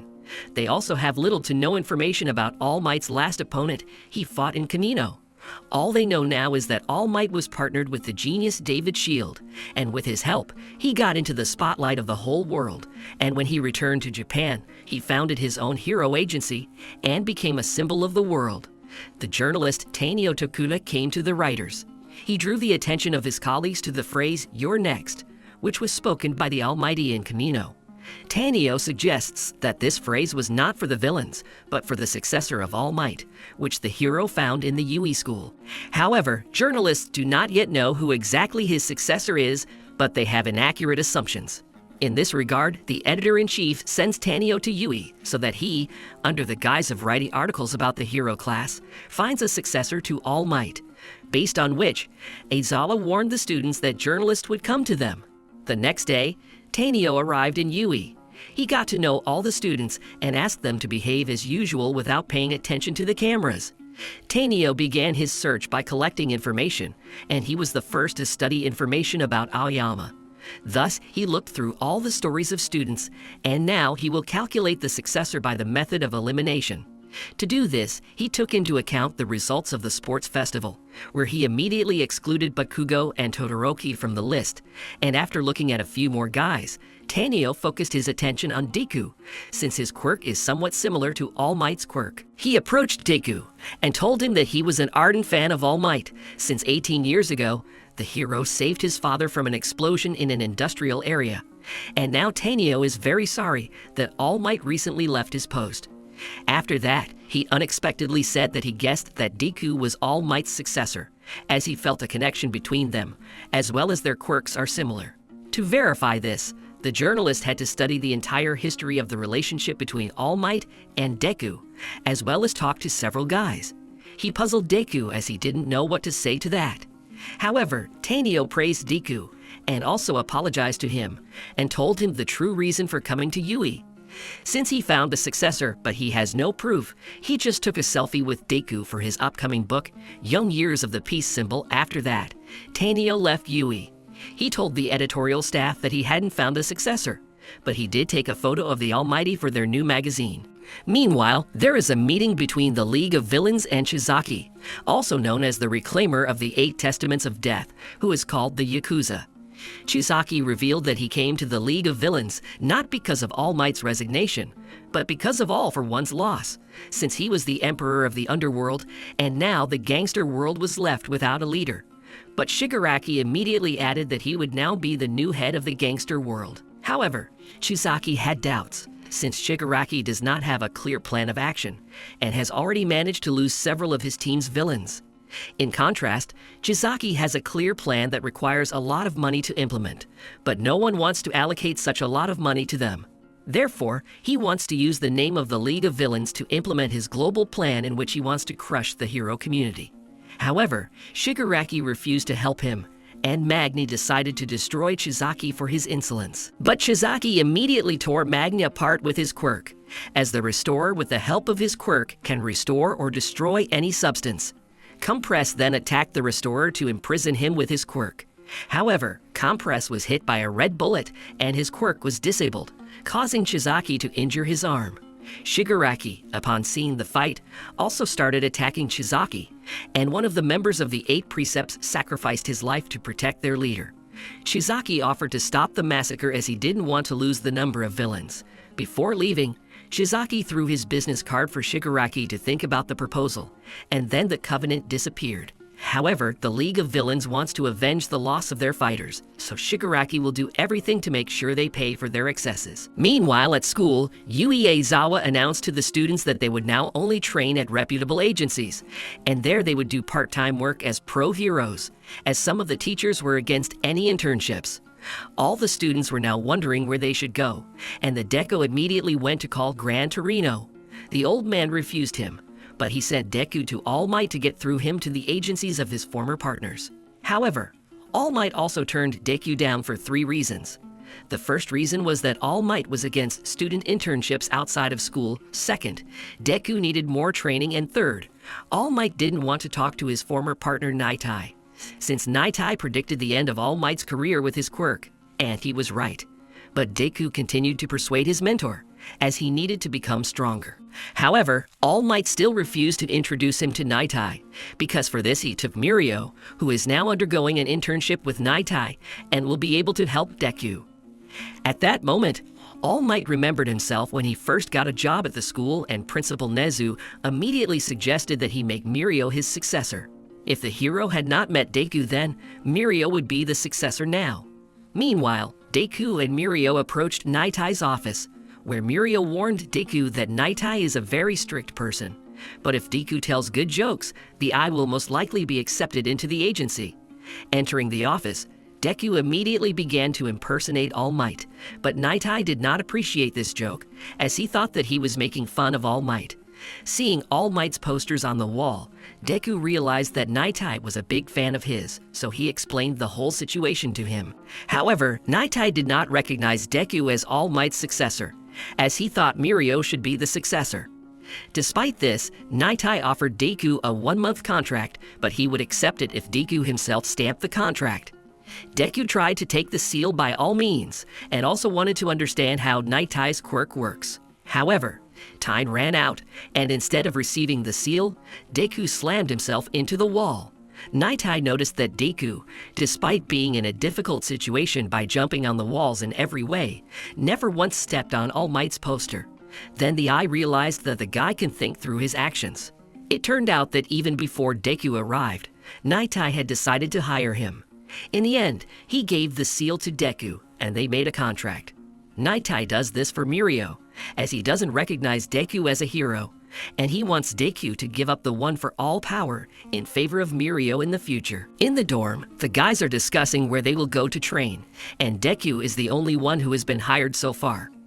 Izuku also explained that it is difficult for all other students to find agencies now, as professionals do not really want to take children to work because it is a very big risk.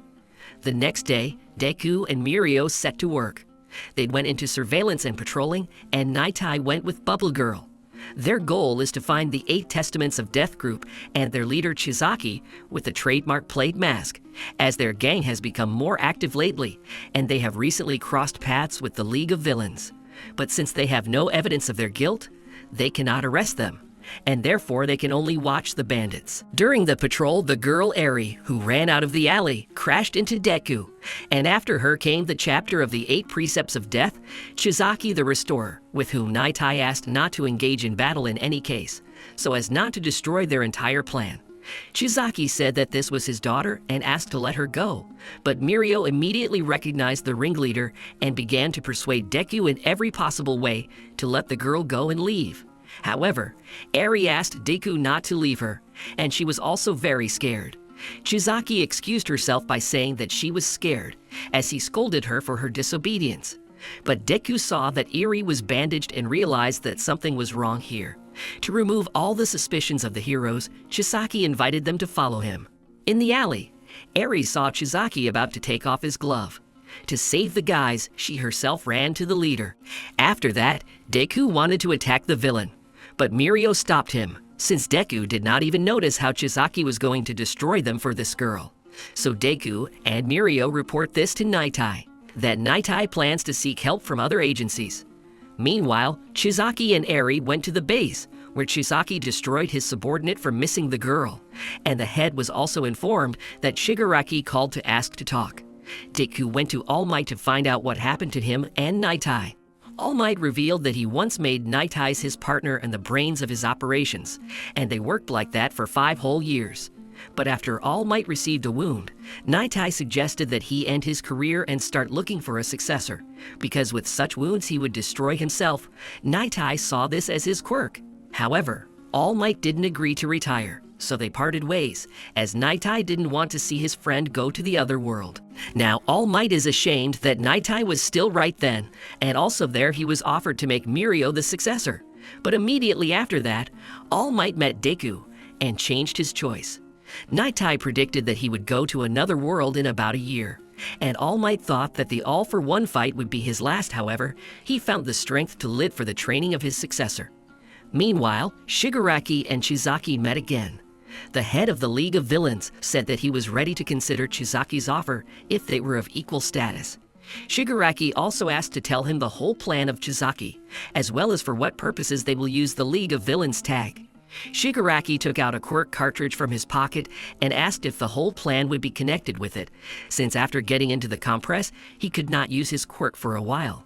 And Shigaraki wants to know what it is. Chizaki replied that he just wants to restore justice.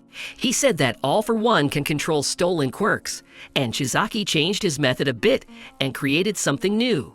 Meanwhile, Chupa, Amajiki, and Kirishima rounded up the thugs who started a fight. Suddenly, one of the bandits fired a red bullet at Amajiki from the pillar, and his quirk was disabled. The second bullet flew at Kirishima, but his quirk deflected it. While Chupa and the Yamajiki rounded up the bandits, Kirishima went to catch up with the bandit and ended up driving him to a dead end. At first, Kirishima attacked the bandit with little difficulty, but after the villain injected himself with a substance, his quirk increased tenfold. Now even Kirishima's quirk couldn't deflect the bandit's blade. The villain also said that soon the era of heroes will end and everyone will be ruled by bandits. Then Kirishima changed into a new form of an indestructible red rebel. He managed to repel attacks and even break the bandits' blades. The villain, realizing that the effect of the buff would end soon, began to run away, but at the exit he was caught by Fat Gum with his quirk, which absorbs all attacks and accumulates their energy. After the end of the mission, Kirishima told Zhernozhvach everything about the amplifying substances. The next morning, all of the UE trainees went to Nitai's meeting, where many heroes from different agencies were gathered. Nitai immediately spoke about the investigation of the 8 precepts, and the heroes are needed to see all the important points of this gang, since they are very active and definitely conceived something unkind. So Nitai's agency requested help through the Hero Network, which is used by all professional heroes. He also talked about 2 substances that temporarily erase a quirk, as well as those that, on the contrary, temporarily increase the power of a quirk dozens of times. And since Kirishima was able to reflect the bullet, after analyzing it, it became known that the substance inside the bullet is made from human fluid, and it affects the alpha gene. All traces lead to 8 testaments they found out through the captured bandits who worked through intermediaries. Nitai told everyone about the ringleader Chizaki, who makes bullets from his daughter's liquid. Now the task of the heroes is to save the girl Eri, thereby stopping the production of these substances. After the meeting, Gran Torino and Nitai discussed the operation, and Nitai realized that the old man had sent him Deku to reconcile with All Might, and he also noticed how similar Deku and All Might were.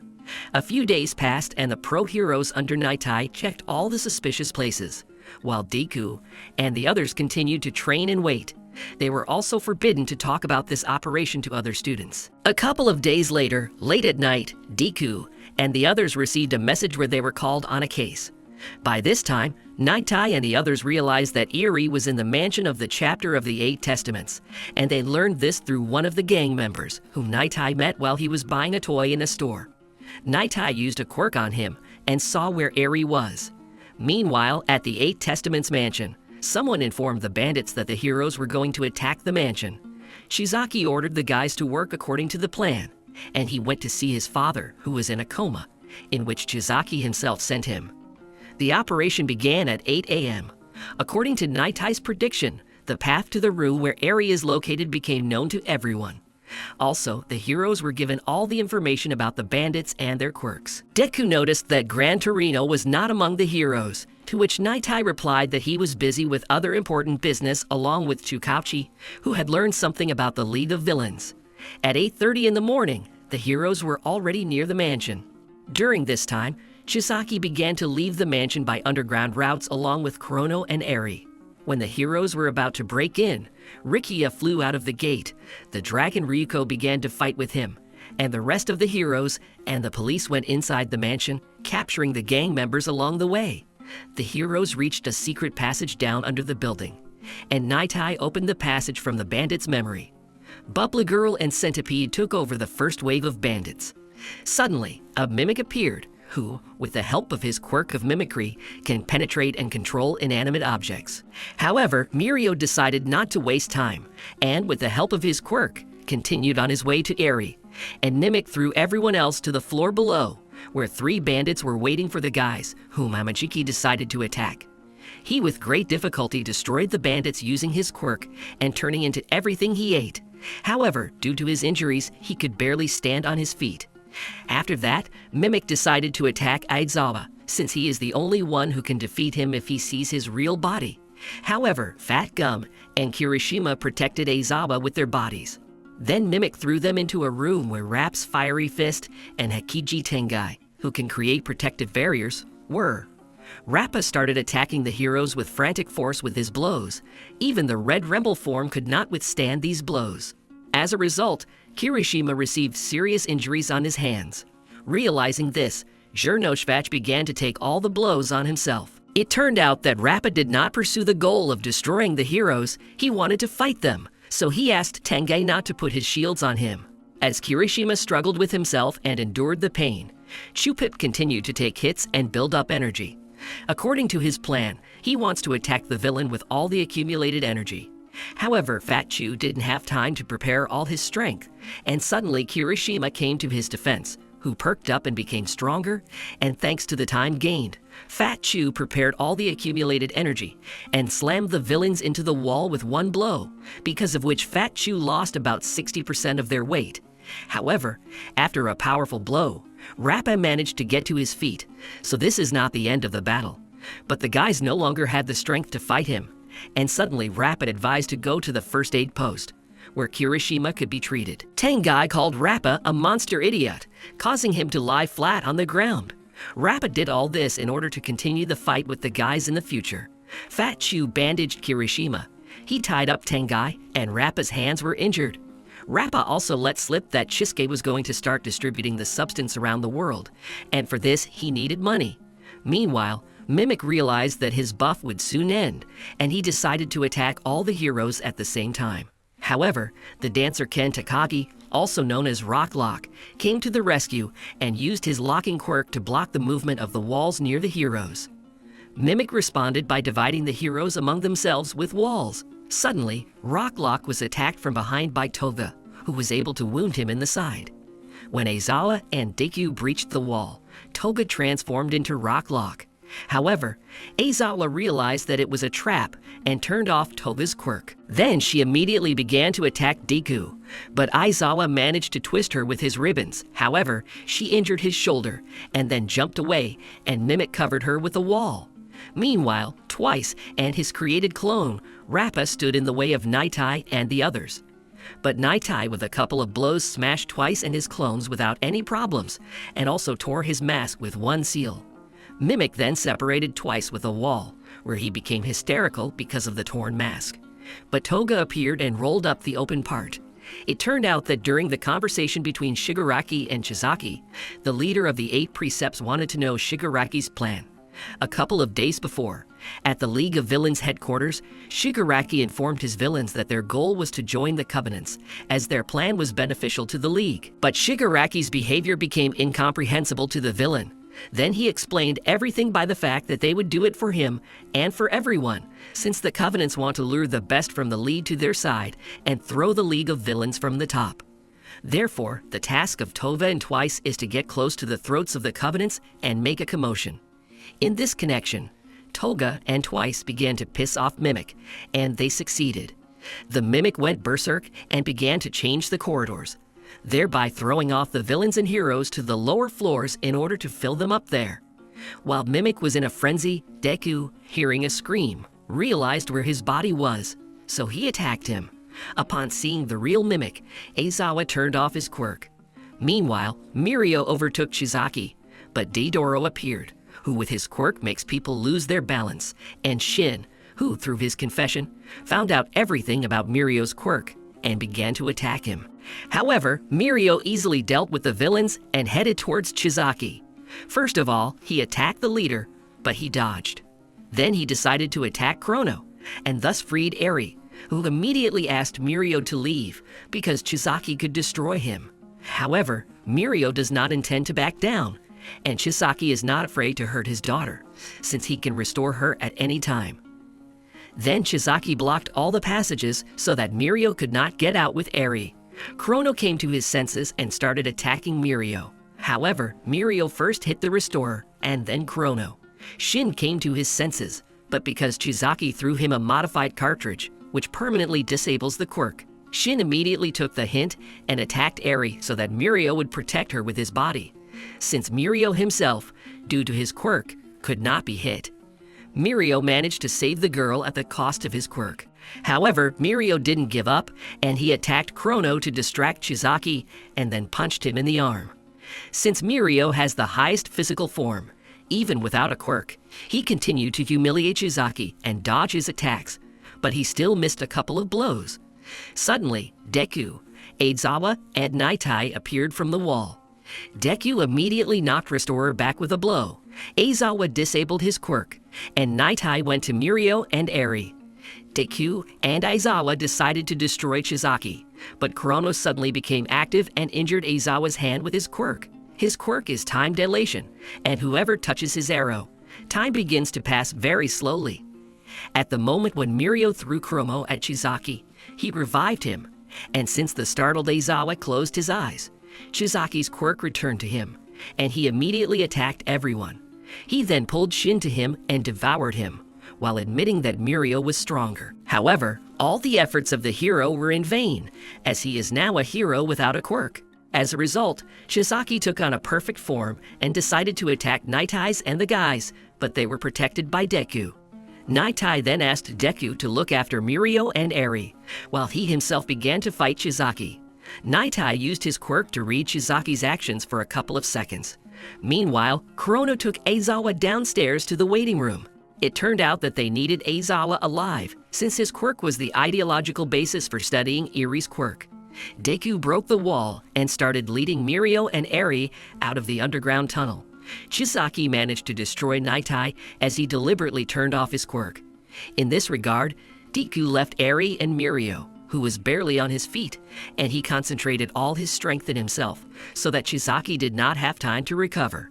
However, Chizaki was able to dodge, and Deku only injured his right arms, which he later recovered, and in turn injured his arm and leg. Chizaki used Shin's absorbed quirk to speak to Eri. He told her that if she did not return to him, then no one would leave here alive, and if she came, he would return everything as it was. But Deku intervened, who was not satisfied with the conditions, and he intends to save Eri and the others. Meanwhile, on the surface, after the capture of the villain Rikiya, a pre-injected substance begins to act on him, and he becomes 10 times stronger. Ryuko and Nijir immediately begin to fight him. However, due to the gain, the villain begins to absorb the energy of those around him. Unexpectedly, Deku arrived, who came for help, saying that their target was around the corner. In this regard, Uraraku makes Rikiya weightless, and Asui picks up the villain with his tongue, while Riko holds him, and Nejir imprints the villain into the ground with his energy spirals, because of which they break through the ceiling right above Deku and the guys. It turned out that under the guise of Deku was Toga. She lured the heroes to the place where Eri is, but they themselves got out of the ground with the help of a copy of the compress and his quirk. Now they plan to capture Eri again with the help of a copy of the compress, so they sent the copy down. The Restorer and the heroes immediately exposed compress. Chizaki then began to lift the ground so that neither Deku nor compress could reach Eri. However, Deku turned on his full power and jumped towards Eri, who began to emit yellow lightning. Since realizing that the guys will not give up, she decided to help them save themselves. It turns out that her quirk is reversal of time, so she immediately rolled Chizaki back to her normal form and jumped towards Deku. Deku caught her, but Chizaki immediately began to attack them, and realizing that they could not dodge, Deku performed a blow, which caused him to destroy everything around him. Then Deku realized that he used his quirk 100%, but his limbs did not break from this, and he realized that it was Eri who helped him. Chizaki got angry and devoured Rikiya and turned into a giant multi-armed monster. He climbed out of the hole and said that Eri couldn't control her quirk, and Deku was lucky that she used her quirk during his kick. If the Deku continues to hold her, then she will roll back his time to the time of the monkeys, and Eri does not know how to stop, so only the Restorer can stop her. Deku had an insight that if Eri could turn back time, then he decided to use his power to the fullest and sent Chizaki flying with a powerful blow. Chizaki remembered moments from the past with his father. He suggested to his father that he allow him to distribute 2 substances that take away quirks and which enhances them. At first, he plans to run a trial version and then release the finished product, which they will sell for a lot of money. They will also be able to sell the antidote, and in this way, they will be able to completely control the world. Since they will be able to remove or restore quirks, it will even be possible to return the world to the moment when there were no quirks. And the key to all this is Eri's liquid. However, his father did not allow Chizaki to do this, since Eri is a living person, not an object. Then Chizaki set his father into a coma, but in the future he plans to return him to normal, but only after the implementation of the plan. In flight, Chizaki rebuilt his body to destroy this world. However, Deku sent Shizaki to sleep with one powerful blow. Nightai still survived and was shocked as he saw the future where Shizaki left and Deku was defeated, and Nightai realized that the future could be changed. Meanwhile, Amajiki freed Aizawa from Chrono, and he also picked up Mirio. On the battlefield, Eri's quirk became much stronger, and Shizaki also came into his own again and decided to crush Deku. But when his hand touched Eri, time rolled back and Shizaki separated from Rikiya. Uraraku grabbed the Reclaimer mid-flight and reported the situation to everyone else. At this time, Eri remembered Chisuke's words and thought about how to stop her. Aizawa suddenly came to his senses and turned off Eri's quirk, thus saving Deku from turning into a monkey. The heroes and the police began to gather the wounded and chain the defeated villains to the bed, while Toga and Twice were able to get away. The car was carrying a chained Chizaki, and also carrying both types of substances. This car was attacked by a league of villains sent by Toga and Twice. The sand hero Seijin Higawara came to the car's defense, but he was easily dealt with by Dabi with his fire and Compress with his quirk. The villains pulled Chizaki out and showed him that they were now the new owners of the substances, and they also stripped him of his arms and therefore his quirks. The left hand was taken by Compress, and the right hand was incinerated by Shigaraki. He, as promised, humiliated and deprived the power of the Restorer, after which either the villains disappeared. Meanwhile, all the injured heroes were taken to the hospital, and Deku was not injured at all. Aizawa led Deku to All Might and Nightai. It turned out that Nightai could not be restored even with the help of a healing grandmother. In this connection, Nightai told All Might that he just wanted to change the future and save his idol. Nightai also realized today that energy changes the future. Several heroes prove this by example. Also, there is a bandaged Mirio, who does not want Nightai to go to another world, since Mirio has become so strong thanks to his training. Nightai, using his quirk, saw that Mirio would do well and become an unparalleled hero, and he asked him not to try to change his future. After that, everyone began to cry and Nightai went to another world. Bakugo and Todoroki, on their way to retake their license, met Meika and All Might, who will be accompanying them instead of Aizawa, who is now looking after Mirio. Before leaving, Gran Torino informs All Might that they figured out where Kurogiri is, so they twisted him. But out of nowhere, one of all for one's most loyal subordinates, the monster villain Gigantomachi, appeared. He attacked the heroes and the police, and Gran Torino barely managed to fly out of there along with Kurogiri and Shikachi. When they returned with help, the villain was nowhere to be found. Upon arrival, All Might meets Prospector, who has come to oversee his son's retake, and also talk to All Might. At the same time, Todoroki and Bakugo met Yorashi, along with Kami and Shishikura. They are being watched by Kasaka and Mera, who will test the guys. A group of students on the retake will need to find a common language with the children and change their behavior for the better. Bakugo offered to have a duel with him to determine the leader among them. Yorashi tried to find an approach to children by learning their character, but he did not succeed. Kami and Todoroki also tried to negotiate with the children, but nothing came of it, and the children staged a rout with their quirks. Meanwhile, Prospector and All Might started a conversation while watching the test. The Prospector does not understand what it means to be a symbol of the world and what to do. The Almighty advised him to find his own path, and it is not necessary to follow his path, since they are different. The students realized that it is not so important for children who to attack, and therefore the battle of generations began. During this fight, the guys came up with a plan where they will try to show the children their quirks, as well as something unique, so that the children want to repeat it. Then Kami created her quirk of the Northern Lights. Todoroki froze all the children's devices and created an ice slide with fiery illumination. And Yorashi cheered up with his breeze, and even Bakugo was able to motivate the leader guy. The guys realized that they just need to rise in the eyes of the children so that they show respect for them. Then Kasaka admitted that the guys passed this test. It was also because of this performance that the Prospector realized that to be a symbol is to be a contagious example. At the exit of the building, the guys met Shishikuru and the heroes, who were discussing the case of Toga, when she reincarnated as Kami. The Prospector approached Todoroki and said that he was proud of his son, and he would definitely become a hero that Todoroki could be proud of. With this gesture, we were shown that the Prospector had changed. October came, during which time Nightai's funeral took place. His agency will now be run by his deputy centipede. Eri also regained consciousness during this time, but her emotional state was not stable, so she was forbidden to visit, and her horn on her head decreased. The students have started to prepare their performance for the cultural festival arc to be held in Yui. Aizawa gave his class a task to come up with a topic for the speech. As a result of several series of Jiro's musical and vocal talent, the guys chose a musical dance number. The next day, Deku and Mirio visited Eri and brought her fruit. It turned out that Eri herself asked to meet the guys. This was her first request after she woke up. However, they decided not to tell Eri about Naitai, and Eri also apologized for Mirio losing his quirk because of her. But for Mirio, this is not so important. The main thing is that Eri is in order. It was also revealed that Eri couldn't smile, so Deku decided to surprise her and show her the festival. He asked Aizawa to help with it.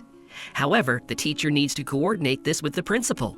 Meanwhile, the police began to freshen up the YouTube channel, on which the villain Generous and La Brava post videos of their robberies. Magnanimous considers himself a local Robin Hood. He does not commit ordinary robberies, but he punishes stores for expired goods. However, his goal is to do something global and record his name in history.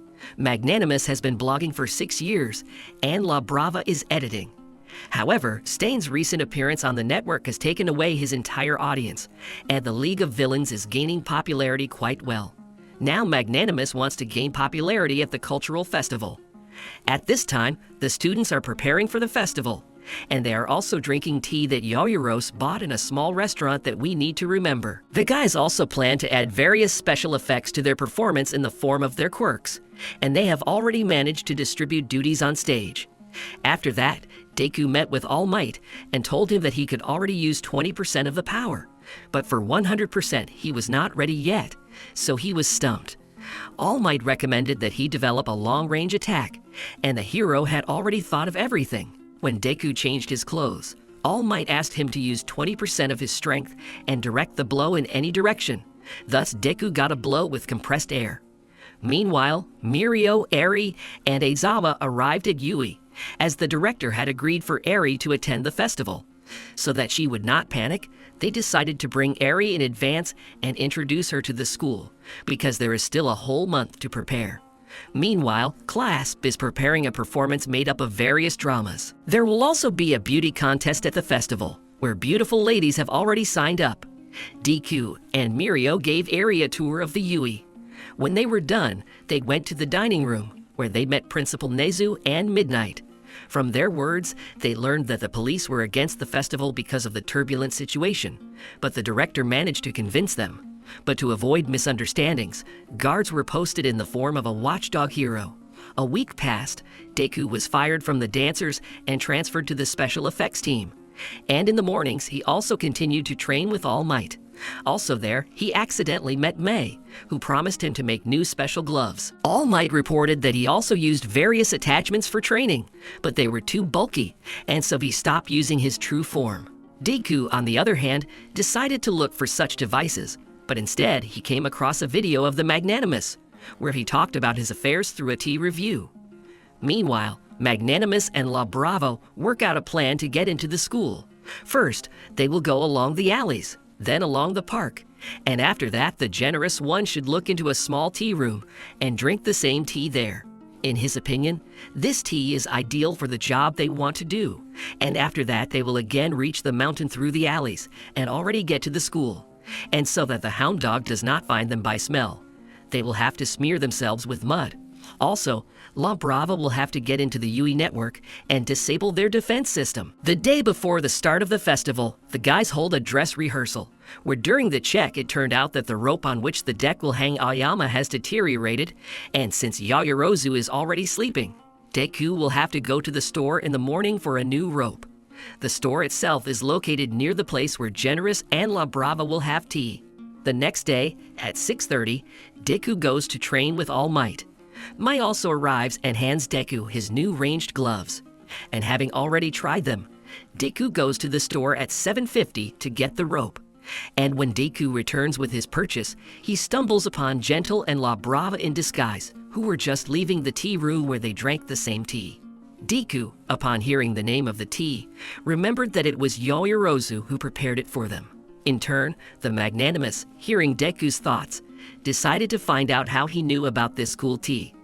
Deku replied that he had tried it at a friend's. From this conversation, Generous realized that Deku was from Yui, and Deku recognized the voice of Generous from the video. Then Deku decided to prevent the villain from getting to Yui and disrupting the festival. Then Magnanimous and La Brava took out a camera and started filming. It turned out that the quirk of the Magnanimous can make everything elastic, even air. Then he pushed Deku away with his quirk, and they ran towards Yui. However, Deku went after them. It was also revealed that La Brava recognized Deku from seeing him at a sports festival. Deku used a long-range attack on the villains, thereby slamming them into the building. To delay Deku, Magnanimous threw a steel beam on him, and using his quirk, he flew towards Yui. Deku, realizing that if the villains are discovered and the signal sounds, the festival will be cancelled. Then he freed himself and went after them. Deku took advantage of the already left air membranes that Magnanimous and La Brava were moving on, and Deku was able to catch up with the villains with his covering and capture them. We are shown the story of La Brava, from which it became clear that she is in love with the Magnanimous, and she is already over 20 years old, and her quirk is called Love. When she confesses her love to someone, she gives a powerful boost of energy. In this connection, the Magnanimous freed himself with renewed vigor and slammed Deku into the ground, and also crushed him with a bunch of layers of air. But Deku, as if Naruto had made a tunnel, and getting out asked why the Magnanimous was doing all this. Then we were shown his past, from which it became clear that the Magnanimous simply dreams of glory in order to get into history for posterity. But because of one case when he wanted to help, but in the end did harm, he became a criminal. However, he looks more like a blogger than a villain, as his goal is simply to become popular. And since he was not accepted as a hero, he had no other option but to become a criminal. He also does this for La Brava, as this is their common goal. As a result, Deku and Magnanimous began to fight. However, Deku, after hearing the story of the Magnanimous, changed his attitude towards him and began to respect him. Although before that he considered the Magnanimous to be a weak opponent. Deku realized that they are similar to him, since his goal too has already gone beyond his personal one, and has become a ray of hope for those who do not see a brighter future. And since there are people who recognized him, he wants to live up to their expectations. After some nice dialogue, Magnanimous threw the sounding board against a tree, and La Brava ran closer to Yui to catch the signal and start disabling the defense system. Deku tried to stop her, but the Magnanimous stood in his way, and they continued to fight. It turns out that Magnanimous has also changed his attitude towards Deku, and now he fights for the honor of a hero like Deku. However, Deku used a ranged attack and slammed the Magnanimous into the ground. At this time, La Brava saw Watchdog and Ectoplasm approaching and decided to return to the Magnanimous and warn him. But she saw that Deku had already won. Then La Brava attacks Deku with powerful blows, saying that the Magnanimous is the person for whom she lives. The Magnanimous understood that through his fault La Brava could also be imprisoned. Due to La Brava's emotions, the Magnanimous temporarily regained strength, and he pushed Deku back a couple of tens of meters. Heroes appeared, and the Magnanimous decided to give up, and also to expose everything so as not to involve La Brava in this matter. But the dog smelled that Disciple Yui was still here. Then the dog began to ask where he was, and then Deku himself appeared. The Magnanimous is happy, because it was a hero like Deku who dealt him a decisive blow. It turned out that the Magnanimous had once studied at the heroic faculty, but since that time only a heroic shadow remained. However, he believes that Deku will be a real hero and make a truly bright future. After this beautiful speech, the dog took the Magnanimous and La Brava to the police station. In the meantime, the festival is already in full swing, and the class performance will be at 10 o'clock sharp. Therefore, for a start, Deku, under the supervision of Ectoplasm, ran after the abandoned rope. Deku arrived at the appointed time, as did Mirio and Eri. Bakugo caused an explosion with his quirk, and the performance began, where they played the opening of My Hero Academia. The performance went great. Even Eri had a smile on her face. After that, a beauty contest began, where several beauties of the academy performed. Ultimately, Nejiro won. The end of November is coming. By this time, they decided to transfer Eri to Yui, since her parents abandoned her, and the only relative of the Yakuza boss is in a coma. Since she has nowhere to go, she will live with the teachers. It is also necessary to look after the power of Eri, and Mirio will help in. Meanwhile, wildcats have arrived in Yui to work again. They also received a message from Tartarus, where All for One is being held, and they tried to get Ragdoll's quirk back, but because of the danger, All for One decided to keep him on a leash. The cats also started talking about ranks and said that twice a year they count the points of heroes and make a list of top heroes. Points are counted by the number of cases solved, the level of assistance to the community, and the percentage of people's support. Accordingly, the higher the place, the more useful the hero. This year, only the first results have been summed up so far, and soon the second results will have to be published without the participation of the Almighty. During the announcement of the results, the heroes will go up to the stage, where the prospector takes the first place. After the award, the Endeavor was approached by Hawk, who was on the list of the top 10 heroes, and said that he was never a fan of All Might, but his resignation came as a shock to the bird, and now he wants the prospector to be an icon just like All Might. Also, Hawk wanted to team up with the prospectors as there were strange cases in his hometown, and it was rumored to be Nomu. Meanwhile, Dabi, whose voice everyone listens to, Nomu, he sent a high-class Nomu into battle. Prospector and Hawk went to dinner at a cafe, where the bird said that he had conducted his own investigation and found out that there were a lot of rumors about Nomu, but he did not find the Nomu themselves. Therefore, the Hawk wants the prospector to reassure the inhabitants of the country and say that these Nomu are just rumors. The bird wants to make a trusted leader out of the prospector. However, they are suddenly attacked by the same high-class Nomu and asks who is the strongest here. Prospector will fight Nomu, and he left the evacuation of people to the Hawk. However, before the fight begins, we move on to the prospector's family to reveal a little about his personality. Fuyumi and Nacho's older children came to visit Ri's mother, or the prospector's wife, who was overjoyed that Shota was finally writing letters to her. Natsuo then reminded the family that Prospector's father was officially number 1, but people don't know how bad he is or what he did to them. It turns out that 10 years have passed and Natsuo now considers him an outsider. But since the prospector is not currently on television, Natsuo thinks that the prospector is trying to renounce the past. However, Rei said that this was not true, since the prospector came to her and brought flowers that she likes, and he remembered the look of the flowers from the first meeting, since she only talked about it once. She also thinks that he most likely came many times, but she did not see him, as she is still afraid of him. But she understands for sure that he does not want to forget his family and the past, and he wants to fix everything. Meanwhile, Prospector damaged Noma with his first attack, but he immediately recovered. Because of this, the Prospector realized that only Dark Nomu have the power of restoration, since light ones cannot regenerate. The Prospector also realized that this Nomu is special, as he can speak. Then the Prospector attacks Nomu with a powerful flame, but he responds by slamming the Prospector into the building, and then cuts the building with his lengthening limb with a quirk. In this regard, the Hawk launches its indestructible feathers in order to have time to evacuate people. However, he doesn't have enough feathers to get all the people out of the building, so he decides to start with the people in the danger zone. With his quirk, the Hawk can control each of his feathers, and as a result, he was able to immediately evacuate 76 people. To prevent the building from falling on people, the Prospector cut the upper part of the building into small pieces with his attack. However, immediately after that, the Nomu began to unleash the other Nomu, and the Hawk decided that while the Prospector would fight the main Nomu, he would take on all the others. However, the bird is not particularly strong against strong enemies, so its main purpose is to support the Prospector, who at that time began to overheat his body, due to which he began to become slower. Therefore, the Prospector remembered that Nomu was looking for the strongest, and in order to focus his attention on himself, the hero said he began to provoke Nomu with words. Thereby, the Prospector, for the sake of the family, is going to incinerate Nomu with one attack. He attacks him sharply with full incineration. However, Nomu detaches his head so as not to burn out completely, and in this way he is fully restored, and after a counterattack, wounds the Prospector in several places.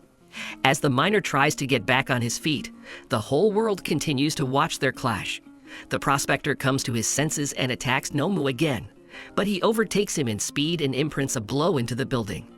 And as the prospector regains his senses, Nomu targets the people, who begin to scream in panic that this is all because they do not have a peace symbol. However, there was a young Itadori in the crowd who started yelling for everyone to stop talking nonsense. Because they still have a prospector whose fire has not yet been extinguished, he is still fighting. The prospector rises again and starts chasing Nomu, but cannot catch up with him in terms of speed. He also reports that the pain keeps him awake and makes him stronger. A hawk comes to the rescue, which with its feathers increases the speed of the prospector. When the hero overtakes Nomu, he begins to behave like an animal and bites the prospector. But the hero grabs Nomu and starts lifting him up so that his attack does not harm people, as the prospector wants to use all his strength. The prospector uses the most powerful technique and completely burns Nomu, thereby winning. The hero lands on the ground and raises his hand in the same way as the All Might did. Thus, the prospector laid the foundation for a new symbol of peace. At night, in a dream, Deku saw all the previous avatars one for all. When he touched his hand with the first wielder of this power, Deku shattered the window with his quirk in shock. In Yui, there are heated discussions about the recent fight between the prospector and the hawk against the strongest Nomu, where the prospector paid tribute to the All Might after the victory. Aizawa came to the class and reminded everyone that the students now have temporary licenses in their hands, and they must behave within this framework. Suddenly, an alarm sounded, and it turned out that this training session of classes to save people from the clutches of villains. Then the disciples quickly threw on the heroic garb and went to work on the rescue. Some engaged in reconnaissance and found out that there was a victim who had been carried away by the river. There is also a place where there was an explosion, and now there is a fire. In this connection, Asui and Minoru took care of the victims on the river, but it turned out that Mirio played this role. As a result, Mirio was saved by the efforts of many participants. The rest of the guys assembled a wagon, where Aida acted as horsepower, and they called themselves the Mobile Fire Brigade, which arrived at the scene. The rest went to the place of the fire. Bakugo, Kaminari, Kirishima went on a convertible in search of villains. Meanwhile, Todoroki froze the fire on the spot. But Nejiro appeared and there was an even bigger explosion, the consequences of which stop Ashido and Aoyama. However, Nejiro captured Ashida, and a second villain, played by Amajiki, also appeared. Also, Mirio again deliberately fell into the river and distracted 5 students. Then, with the help of Uraraka, who canceled Ashide's gravity, and then Yaoyorozu with the newly created cannon, Nejiro was caught in the net. Meanwhile, Tail Man and Tentacle Man began a fight, which Deku joined in. But since this is just a game, he did not attack Amajiki, for which he received a powerful lesson in the body, since pity leads to destruction. But a detachment of the search for villains arrived, and as a result, the bandits were defeated. However, Bakugo was unhappy that everything was so easy, and since the big 3 were being served, but Kugo decided to punish them with a powerful explosion. Meanwhile, at the hospital, Endeavor reminisces about the moment after Nomu's defeat. There, the Hawk and the Prospector were overtaken by Dabi, who said that he had come to pick up Nomu and talk with the Prospector. However, the conversation went wrong, and Dabi decided to destroy the strongest heroes. But suddenly, a female Minotaur appeared and stood between them. In this connection, Dabi will definitely return to talk later. Then Dabi fled. Then the heroes thought that Dabi's appearance had something to do with Kamino. However, Prospector doubts this, saying that it was only the beginning. After the fight with Nomu, Hawk and Dabi met again. It turned out that this whole attack situation was a test of Nomu's strength, and Dabi was unhappy that the Hawk was brought to the test instead of the random hero Prospector. However, the Hawk does not see this as his fault, since the strongest hero received serious wounds after the battle with Nomu, and accordingly he did not violate their agreement. Then Dabi was again not happy that no one died. Hawk explained this by saying that since he is the number 2 hero, he needs to be trusted and he must live up to his status. However, Dabi still refused to let the Hawk to the head of the League of Villains, and they will keep their distance for now. It turned out that the Hawk was specially sent by the Heroic State Commission so that he entered into the confidence of the villains, so that through him they would receive more information about the League and especially about Noma. And this is how they plan to defeat the villains. The Hawk itself will have to turn a blind eye to the excesses that the villains will do in order not to give themselves away. A couple of days later, the hawk came to the discharge of Prospector, to whom the doctor saved his left eye. On the way, the prospector asked the hawk what he thought about the fact that when they appeared in Kos, and they were immediately attacked by Nomu, and this is very strange. Hawk argued that the two best heroes are attracting a lot of attention, and now any information about Nomu can be a trap for the heroes. When the prospector reached the house, he was met by his family. However, Natsuo had not yet forgiven his father for his sick childhood and therefore went outside. In the news story, they began to show people's opinions about the fight between Prospector and Nomu. There were many different opinions, but it turned out that the prospector was able to motivate many people with his example. Afterwards, Shaodo said that he couldn't forgive him either, but he still wanted to see how his father would change. Meanwhile, Deku was tired from his endless daily training, so he went to bed. He had a dream where all the previous one-for-all avatars were, and Deku realized that he had already seen them at the Yui Sports Festival. And in fact, Deku became the 9th owner of the power. He was shown a fragment of memories where All for One is talking with his younger quirkless brother, who was the very first owner of the one-for-all power. And there Deku also recognized the voice of All for One. After that, the older brother showed the younger how, with the help of his power, he can change people's lives and make them his assistants, and thus he plans to change the whole world. But the younger was against this because the elder's methods went beyond what was permitted. However, despite this, the elder brother loved the younger, and therefore, even against his consent, he transferred to him the quirk of accumulating power. After that, One for All began to talk with Deku. He said that he wanted to show more, but for now he can't do it because Deku barely got to 20% of the strength of One for All. He also said that Deku has now passed the point of singularity, and he should now understand that he is not alone. When Deku woke up, he saw the One for All coating on his working arm, and he began to think that his power was getting out of control. After that, Deku could not sleep, and therefore he ran all night. In the morning, Deku told his dream to All Might. Then All Might said that his teacher Nana Shimura said that One for All is not just a fad, but also a memory card, where in addition to the accumulated power, the data of previous avatars is stored. But for the One for All to talk to Deku, this is the first time, and it turns out that the quirk is evolving. Deku theorized that this is due to the increase in the power of the quirk, which can grow to a size that cannot be controlled, and then the wearer will come to an end. However, All Might reassured Deku and said that he didn't know how to help him, but he was sure that Deku's quirk was on his side and he should continue to study it. Deku then went to the combat training where classes A and B would participate, and also decided to join Shinsa, who would be the 41st members. Since the competition will be between teams of 4, Shinsa will compete once for a random Class A and Class B team. They split into teams, with Shinsa being on the team against Deku, which is good for Deku himself, as he wants to test if Shinsa's quirk is related to the silhouettes of the avatars he saw at the festival. Vlad told the rules, where teams will have to push their opponents into a cage at their base in 20 minutes. Whoever sharpens all opponents first or scores more points, that team will win. Midnight and the Almighty came to watch. The first fight begins, where Class A decided to start by attacking Shiozaki, which Kuji discovered with his birds nearby. However, they were suddenly attacked by the Shishida beast, as it tracked them down with its flawless sniffing apparatus. It slammed Azui and Kirishima into the wall, while Tsuburaba was sitting on the back of the beast, who immediately threw Kauji into an air prison. However, Shinsa stepped in and took control of the beast. Prior to the fight, Shinsa explained to his team how his quirk works. It turned out that he just needs to choose a target, and when this person answers him, a quirk will work. And already this person will follow the instructions of Shin's under control, and the curse can be removed with an ordinary shock. In the battle, Tsuburaba threw the Shinsa into an air prison, and began to bring the beast to life. When the beast woke up, it immediately grabbed Kaminari, who retaliated by attacking him with a bolt of lightning.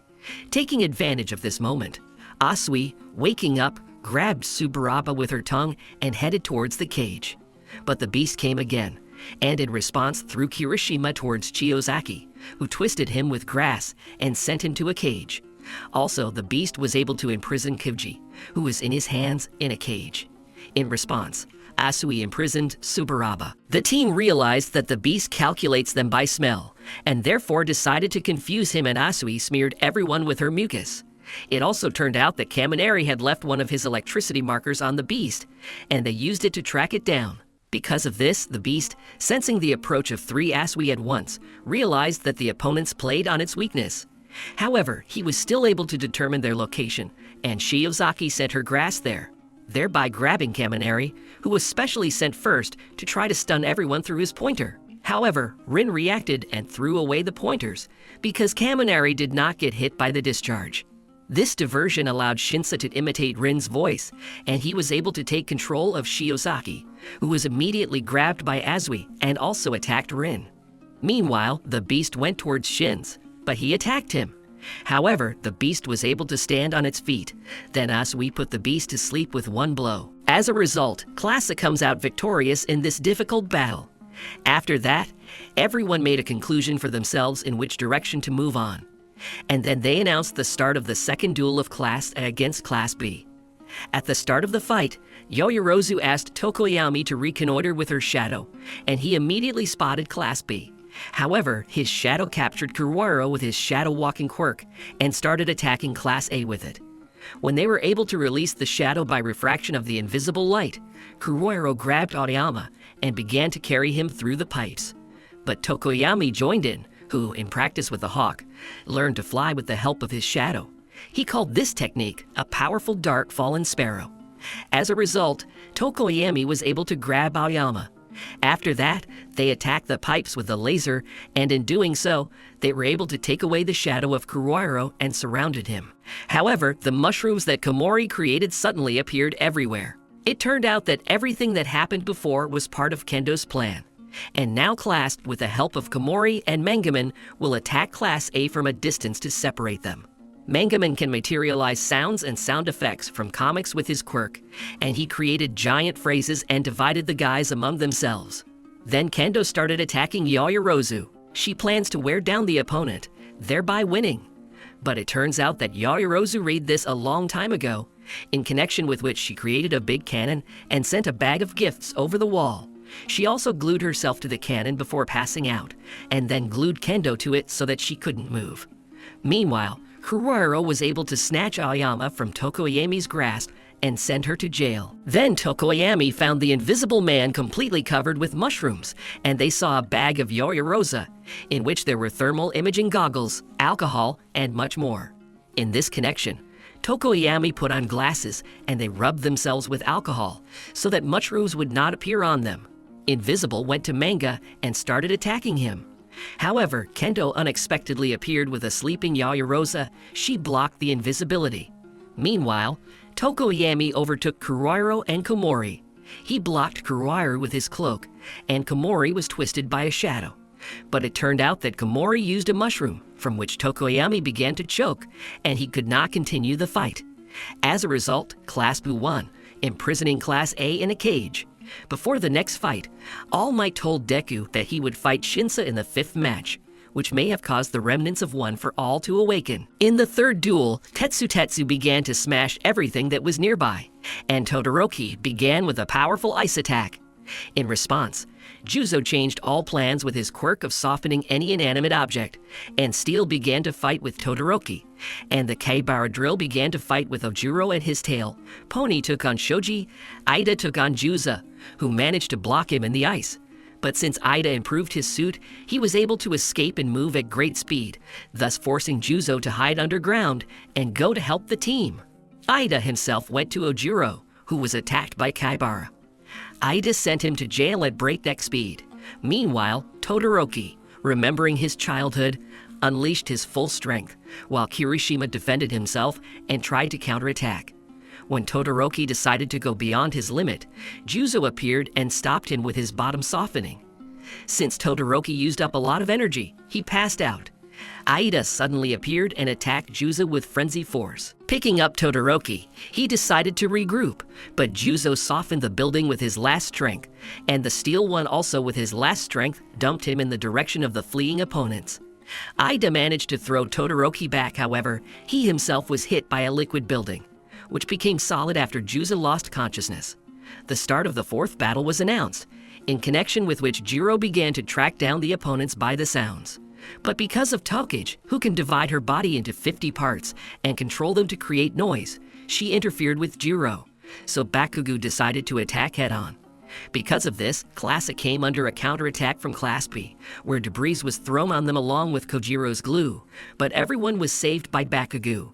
Then Bakugo decided to take revenge, and therefore wanted to attack Kojiro, but a Wace appeared and welded Bakugo to the building. However, Sato saved him, and after Bakugo attacked Kojiro and Sato captured him, Jiro then captivated a Wace with her sound, and they also twisted him. In the same way, they overtook Togara and tied him up. Meanwhile, Sero busied himself with tying up Tokage's parts, and he also attached a grenade that Bakugo had given to everyone to one of her parts.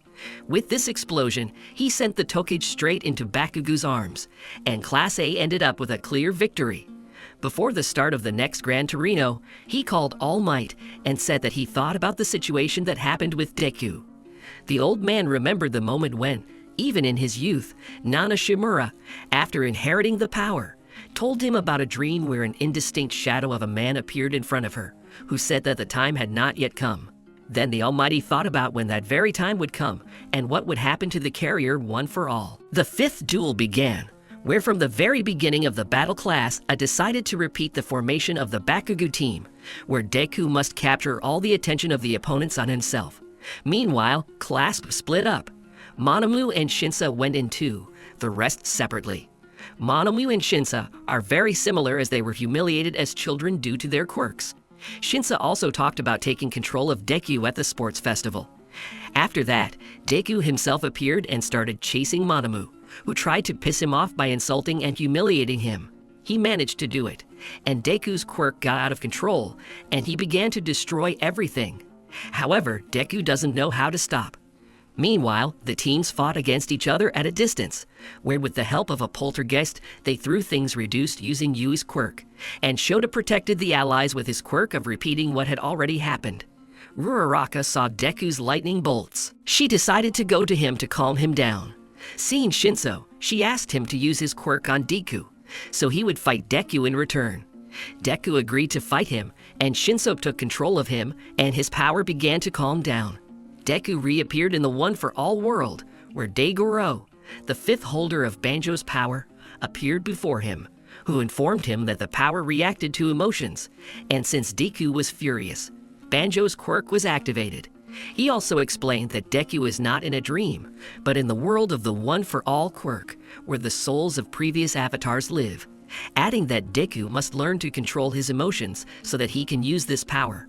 And after that, 6 quirks other avatars. Now the very essence of One for All is growing, and Deku is generally lucky that Banjo was his first, since it is his quirk that is great for capturing people. Before Banjo disappeared, he gave him motivation, and also said that they would all be by his side, and it was Deku who would have to complete One for All. At this time, Uraraku slapped Deku, thus waking him up.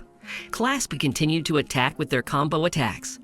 At this time, the Deku was trying to figure out what to do next, and he asked Uraraka to use weightlessness on him. However, at that moment, he was attacked by Monomu, but in response, Uraraka used a powerful technique and flunked Monomu. She carried Monomu into the cage, where he shared that he increased the effect of the stolen quirks to 10 minutes, and he also increased their number. And now the effect of the stolen quirks does not disappear after time expires. He will demonstrate this. Meanwhile, Deku began to fight Shinso. Shinso began using the ribbons that Aizawa taught him how to operate.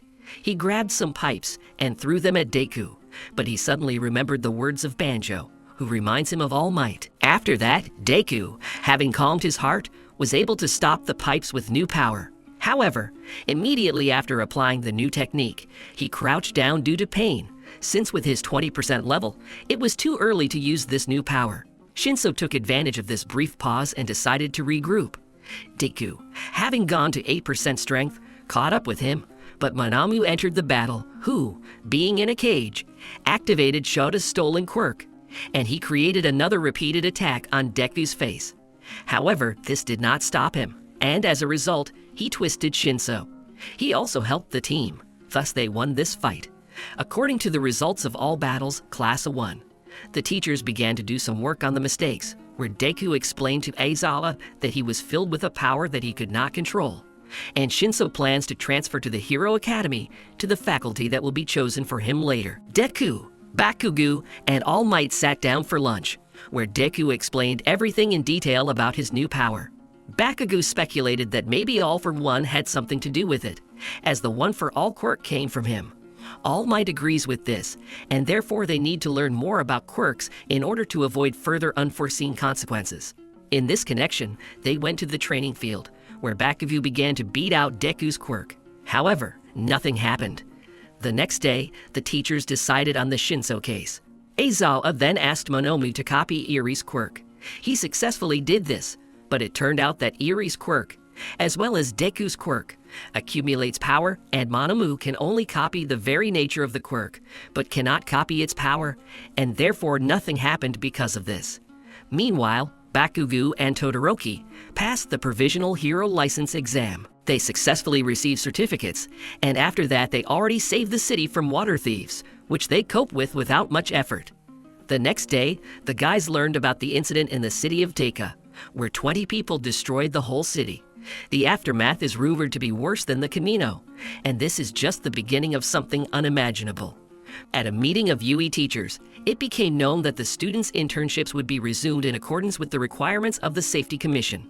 Director Nezu suggested that perhaps the commission knows about the impending disaster, and with this gesture they convey a hidden message to the heroes. It is also most likely related to the incident in Daiko. After the meeting, the students were informed about the internship, which will be their assignment for the New Year holidays.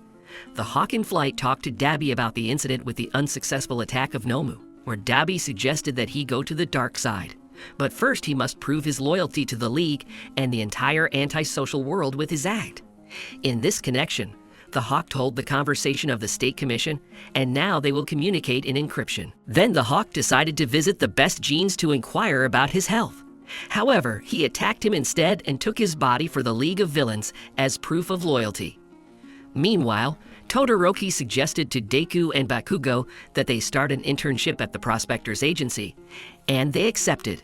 However, the Prospector himself perceived them as a complete set for his son Shoto, and according to his plan, he would only train Shoto, while the rest would simply have to keep up with his speed. The Prospector went to administer justice to the villainous Star Servant, who had created a giant ball of glass and decided to attack the city. However, the Prospector melted this ball and began to pursue the villain, where the Star Servant gang was already waiting for the Prospector at the next turn. Suddenly, Hawk appeared and easily knocked out the bandits. After capturing the villains, Hawk took out a book and gave it to the Endeavor to read individual highlighted words from different pages in it. The Prospector realized that the Hawk was behaving suspiciously, and therefore, in the office, he began to look through the book, where he drew attention to the second syllables. From the book, the Prospector found out that the Army of Liberation has gathered more than 100,000 villains, who in 4 months will make their move. However, Hawk will try to give a signal, but in the meantime, he asked to prepare more heroes. The Prospector realized that the Hawk and the State Commission already had some idea about the enemy, but they were working in secret.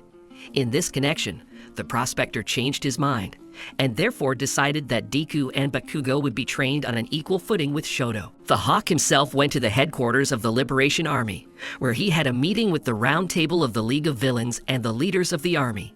There they talked about the commission and their investigation into the Daiko case, and after that he learned that in 4 months Shigaraki would strike and destroy everything. And also the villains do not know how much the strength of the school children has changed, and this only plays into the hands of the hero.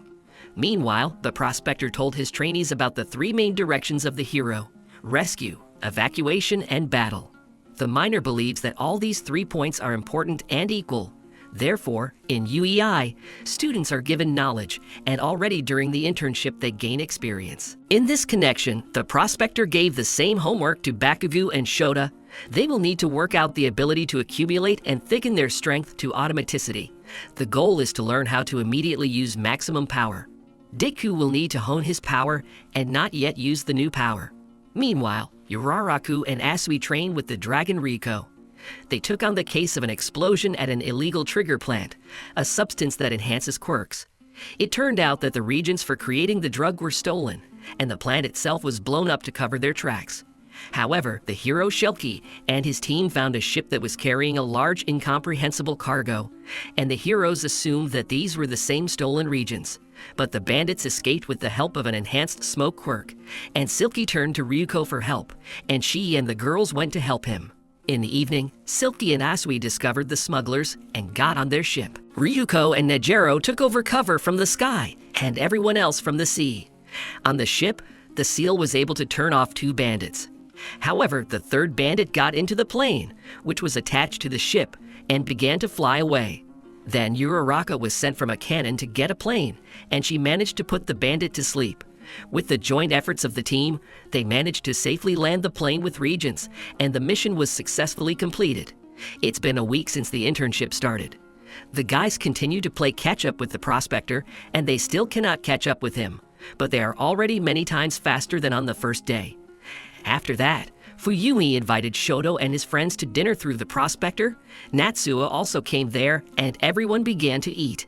However, the tension between Natsuo and Endeavor did not allow this dinner to go smoothly, as at the table they began to discuss the complex relationship system of the Todoroki family. The prospector also lit a candle for his dead son Toya. After dinner, the prospector took the interns back to Yui, but before that, the psychopath Ending, who was released from prison, wants the prospector to send him to the next world, and therefore he kidnaps Natsuo. Ending throws it under the prospector's car with his quirk of controlling road markings. He wants to destroy Natsuo, so that in a rage, the prospector will destroy him. However, the interns get out of the car, and they all begin to attack the villain. While at this time, the prospector stared at the floor due to the realization that he could lose his son. Ending is trying with all his might to attract the prospector's attention, and therefore throws up cars with people, whom Deku then catches with his quirk. Then Ending decides to put pressure on the patient, so he throws Natsuo under the bus. However, he is saved by Bakugo, and Ending himself is frozen by Todoroki. The prospector then approached the rescued Natsuo, who pushed him away. The miner begins a sweet speech, and in which he says that he wants to atone for his family, and does not expect them to forgive him, and therefore he will give them a new house, and he himself will live in the old house. The internship of the guys came to an end, and the third quarter began. Aizawa and Mika were invited to the Tartar prison, where Tsukachi and Gran Torino told that Kurojiri was also Nomu, and Oboro Shirakumo became the basis for him. According to the results of the analyses, this is the deceased friend of Aizawa and Mika, with whom they studied together, and even planned to create agency. However, Oboro died during an internship. In this connection, Gran Torino suggested that most likely a league of villains took possession of his body, and they replaced the body during burning. Now the goal of Aizawa and Mika is to try to bring their friend to mind, because after they studied the Nomu that attacked the Prospector and the Hawk, it turned out that part of his consciousness was preserved, which is why he was looking for the strongest heroes. Aizawa and Mick then entered the room in front of Kurojiri. Aizawa tried to use his quirk, but the mist didn't disappear and Mick thought it was Kurojiri's true form. Aizawa then started to reminisce about the past, saying what a cool hero Oboro was. However, Kurojiri repeated that he did not understand what they were talking about, but Aizawa continued to remember the past. Kurojiri began to have erratic brain activity, where Oboro's face, which said the hospital, became visible. Aizawa understood what Oboro wanted to convey to them, since the hospital is where Kurojiri was born from Oboro's body. Then the hero began to think what kind of hospital. They also turned to the Hawk and informed him about the hospital, but since he was next to Twice, he put down his phone and went to get drinks. However, when the Hawk went out the door, he realized that after learning about the hospital, the puzzle had been completed. The mad scientist Kyudai Garaki was experimenting on Shigaraki, and in appearance is the doctor-like psycho who told Deku as a child that his quirk would never appear. A few months ago, Kurojiri and Shigaraki discussed the possibility of moving to the next level, since All for One was arrested. Kurojiri asked Shigaraki to give him the order to study the powerful power that All for One had left them. It turned out that this power was the Gigantomachia, who, upon seeing Shigaraki, said that he did not recognize him as the Hare, since Shigaraki was weak. Then she started to attack them, but suddenly a doctor's voice appeared from the receiver, who explained that the Gigantomachy is an all-for-one bodyguard, and because he is very loyal to him, he is desperate because of the news about Shigaraki's successor, and in order to calm the giant, the doctor put out a recording of the voice all for one, and the doctor teleported the villains themselves to him. However, he gave himself a false name, and he also deliberately hid the location of his lair. The doctor introduced himself as an assistant to All for One, and he has new Nomu, which are many times stronger than the previous ones. But Kyudai does not yet trust Shigaraki, and therefore the new boss of the League must prove that he is worthy of his attention. Shigaraki started to recount moments from his childhood, but he remembers almost nothing. And because of random pictures, anger erupts in his mind, and he hates the whole world, and he wants the world to collapse, and then everyone can see the most beautiful horizon on the entire planet. Kyudai then explained that he planned to work with Shigaraki from the very beginning. But in order to finally make sure of him, Shigaraki must make the Gigantomachy recognize him. In this connection, the villains will go to deal with the giant, and Dabi will look for a good ally, while taking new Nomu to test them. For a month and a half, the League, along with Shigaraki, has been fighting non-stop all this time with a giant who does not eat at all, and sleeps only for 3 hours, and the rest of the time he is chasing Shigaraki, and he finds him absolutely everywhere. Shigaraki himself does not sleep all this time, and the rest work in shifts. In one of 3-hour-long respite, Jiran's phone received a call from Redestro, the supreme leader of the Liberation Army, who said that Jiran was now being held hostage. To prove this, he sent them to watch the news, where they were talking about the fingers found in all the places where the League of Villains fought. These were the fingers of Jiran, who is tortured, but he did not say anything and even managed to erase all the data from the phone. However, this did not help, since Redestro was able to recover the data, and now for the villains to listen to him. Redestro said that he is now watching them through satellites. If they decide to disobey him, then he will transmit their location data to the best heroes, and then the League of Villains will come to an end. He also said that the Liberation Army is almost ready for the great day for which they have been preparing for generations, and they already have more than 100,000 warriors at their disposal, and soon they will begin the battle for the liberation of the Overpeople. In this connection, he invites Shigaraki and his associates to be in the city of Dako in an hour, where they will release Jiran and give the villain a choice: to fight and leave for another world from the Liberators, or to be caught by the heroes. Then Shigaraki came up with an ingenious plan in which they would need to hold out until the moment when the giant wakes up, which will then find Shigaraki already in Dako, and Shigaraki will send the giant to the Liberation Army. We are told the story of Chikara Yatsubashi, Akadestro, who, due to childhood neglect of his quirk, decided to fight for human rights to use his quirk for free, because this is one of the foundations of human rights. To fight for this ideal, he founded an army of equal use of superpowers and adopted the name Destro, promising to become a man who will return the former order. For several years they fought with the government, but lost. In this connection, he and all his supporters were imprisoned and the army disintegrated. While in prison, Destro wrote a book and then went to another world. However, he did not know that he had a child, the same Redestro, who, having already taken the helm, found out about the League of Villains and the fact that they took too much attention to themselves, and he decided to destroy them in the name of Destro. Meanwhile, a League of Villains have arrived in Dako, who have gone to the city and are waiting for the awakening of the Gigantomachy, which was 2 hours away. In the city, they were met by Koku Hanabata and said that 90% of this city are members of the Liberation Army, and he also thanked the villains for coming as honored guests on their holiday. However, the main dish at this holiday will be the League of Villains, which began to be attacked by crowds of sufficiently strong warriors of the Liberation Army. Toga was attacked by Kizuki. Her quirk can turn any objects into mines with her touch. Then she began to interview Toga while simultaneously undermining her in various ways. In this connection, Toga had to turn into Uraraka. It turned out that Toga learned not only to turn into people, but also to use their quirks, as a result of which she lifted everyone above the ground with weightlessness, and then canceled the technique, and everyone collapsed to the ground from a great height. Toga liked the world that the Liberators want to create, but due to her lack of strength, she went to rest in a barn, where Twice found her, and they were attacked by a skeptic with a quirk of turning refrigerators into puppets. which he controls through a laptop and sensors. Then the puppets injured Twice's hands, but he was only happy about this because due to his mental disorder, he realized that he was real. Now, in order to protect his friends, he created a whole bunch of clones that began to multiply and destroy the army of liberators, and the real Twice himself went to save Tova's life. He created a clone of her to give a blood transfusion. Meanwhile, Dabi battled Mega Ice, who has the ability to create and manipulate ice. Twice also appeared there, however, the Icy One destroyed a whole bunch of clones with 2 attacks. This was noticed by Compress, who came up with the idea of using it against Gigantomachia, which should wake up in 1 hour. However, the doctor heard this through the communication devices, and therefore woke the giant with an all-for-one voice.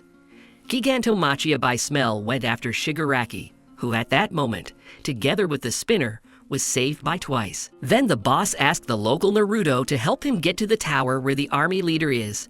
But it turned out that by this time, one of the clones had already been able to get into this tower and create clones of Shigaraki and his assistants.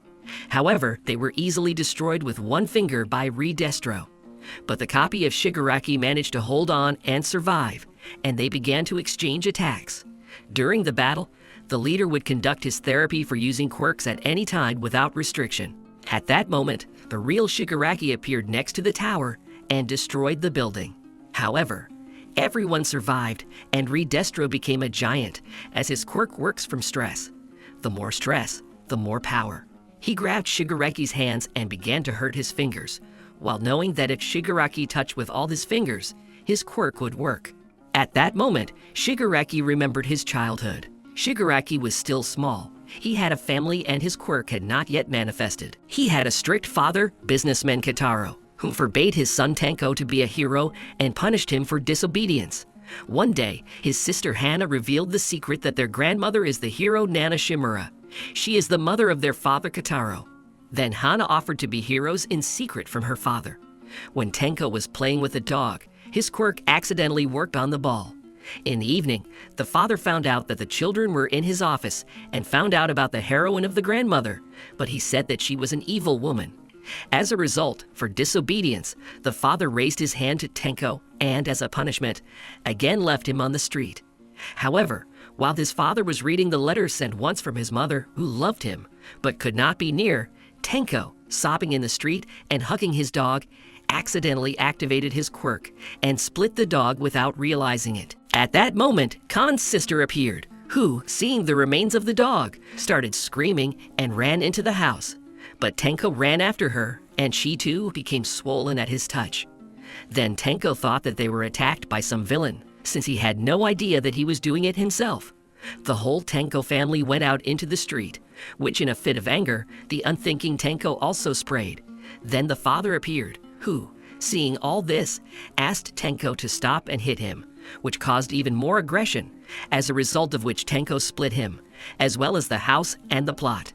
And already after under the bridge, the confused Tenko extended his hand all for one, and he forever changed the life of Shimura Tenko. It was then that the devil's successor, Shigaraki Tamura, was born. All for One found out that Tenko has a strong propensity for destruction. In this connection, Tenko decided to take revenge on the old offenders, and All for One supported him in this. As a gift for the first destruction of Tenko, the hands of his family were given, and All for One said that Tenko held them close to the skin, and then he would not forget the feeling of that day with his family.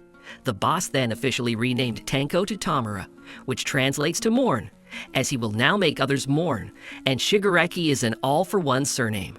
Meanwhile, on the battlefield, Tamura, since he can use his quirk without even using his 5 fingers, scratched Redestro free.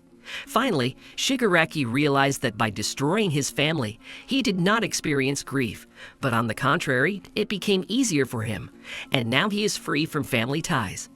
At this time, Redestro was informed that an incredibly strong giant was approaching them. Redestro then decided to use 80% of his stress and attack Shigaraki with his quirk. However, he was able to incinerate his attack, and therefore Redestro turned on 100% of his quirk and attacked Tamura again. But with his memories refreshed, Shigaraki was able to stop this attack with ease. In this connection, Redestro donned armor and decided to use 150% of his quirk. However, he failed again, as Shigaraki was able to incinerate his attack while stripping him of part of his giant arm. Since Shigaraki has nothing more to lose, he will do whatever he wants, and therefore he began to destroy everything that was next to him. At that moment, Gigantomachia arrived, who was shocked at what Shigaraki was doing. As a result, Shigaraki destroyed half of the city. However, Redestro was able to survive as he injured his legs to keep him from being incinerated. Shigaraki approached him and said that there was no point in competing with him. After that, the Liberation Army appeared, which already wanted to start attacking Shigaraki, but Redestro stopped them and announced a new symbol of freedom, Shigaraki, who was able to let go of the burden of the history of blood ties. And in him he saw the chosen one who could lead the Liberation Army to freedom, and he bowed his head before him. Shigaraki himself accepted Redestro's offer, and now he manages the League of Villains and the Liberation Army, and Gigantomachi saw him as all for one and recognized him as his successor and master. As a result, this event was officially recognized as an attack by 20 villains on the city of Daiko, who were destroyed by the locals. Redestro himself was declared a hero, as he allegedly saved the owner of a large company, and during this heroic act he lost his legs. Meanwhile, a skeptic and Koku came to the headquarters of the Liberation Army at the tired members of the League of Villains, who invited them to a meeting, where Redestro transferred his title of Commander-in-Chief to Shigaraki. And now the League of Villains and the Liberation Army have united under the new name Supernatural Liberation Front, and 9 people standing on the stage. Shigaraki made his first assistance. After the meeting, Shigaraki was contacted by a doctor. Since Shigaraki fulfilled the condition to be recognized by the Gigantomachi, the doctor will keep his word and give Shigaraki a new power. It also turned out that a hawk was present at this meeting, which through the body of the best genes was able to get a slot in the League of Villains. He met Dabi, and to himself began to think that the heroic world was in for hard times, and now he needed to figure out the Scout of Harm from the heroes, and until he figured him out, informed the prospector about the front early. However, he also cannot delay, because all of Japan is at stake. He also plans to find a hospital, and find out who is behind Shigaraki. Meanwhile, the doctor and Shigaraki prepared to give the hare the gigantic power that the doctor was developing for All for One. Before that, the doctor asked why he needed even more power, because he can destroy anyone and even smash the whole city. Shigaraki replied that when he destroyed Daiko, his body could not stand it, and since now he takes the heroes seriously, he needs to become even stronger, and after that he is going to destroy All Might. Then the doctor said that 4 months of unbearable pain awaited him, and when he was reborn, he would receive everything he wanted, and even the power One for All, which All for One considered the only one that got out of control and went under slope. As a result, the doctor started the process. Meanwhile, at UI School, the students on robots show All Might what they've learned during their internships with various heroes. All Might then praised Bakugo and All Might for becoming stronger, and he also showed them the data collected on all the previous One for All power holders, except for the second and third, about which he did not find information. All Might explained that the avatars were ordinary people who knew how to trust, and also added that Deku needs to move to a new level, and this is the study of Nana Shimura's quirk, flight. After that, Deku and Bakugo returned to the dorm and began to prepare for the graduation party and the beginning of the semester. Meanwhile, the Hawk gathers information about the upcoming battle for liberation, because that very day is already very close. The guys received a message that they will all participate in an expeditionary mission. Tamura Shigaraki became the commander-in-chief of the Supernatural Liberation Front, and the 9 people who stood with him on stage became his assistants, the managers of the armies of villains. Also at this meeting was the spy hero Hawk, who realized that he was already too late. However, since the fate of all of Japan now depends on him, he immediately reported all the information to the security committee. And now the most powerful battle between heroes and villains is coming. Based on this, a week goes by. Twice resorts to Hawkeye to ask him for advice on creating a creed, as he is now one of the commanders of the regiment that Shigaraki's army was divided into. All regiments are divided according to the similarity of quirks, and with the creed, Hawk offered twice 2 options. The first option is freedom above all, and the current system must fall. Or the second option is to be completely devoted to Redestro, but twice, whom the Hawk perceives as a kind person, if you do not pay attention to what he did, chose option 1. Hawk also spoke about the plans of the villains, where they want to immediately attack large cities and break the control system there in order to create areas of lawlessness, thereby opening the way for the villains into politics, where they will already generalize the topic of self-defense and distribute weapons to civilians. And when the laws stop working, everything will be decided only by force, and then Shigaraki will easily ascend the throne. So the heroes should not hesitate. Well, Hawk plans to take on twice, as his quirk can create gigantic problems for the heroes.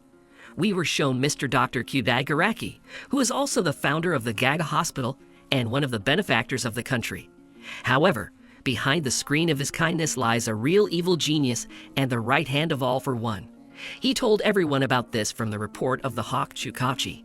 And he also told everyone about the hidden area in his hospital, where he conducts his experiments. Arresting Garaki is not a problem, but everything must be done so that the villains do not have time to strike back, and therefore a new operation called Evil is Over has begun.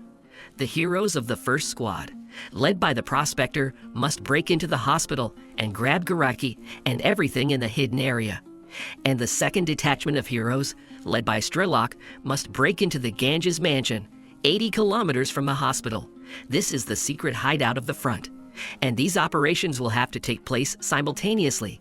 In this connection, the Strelka detachment, with its quirks with massive damage, will go in the forward detachment with a whole bunch of teachers and heroes. And Prospector, Heizawa, and the other heroes headed to the hospital.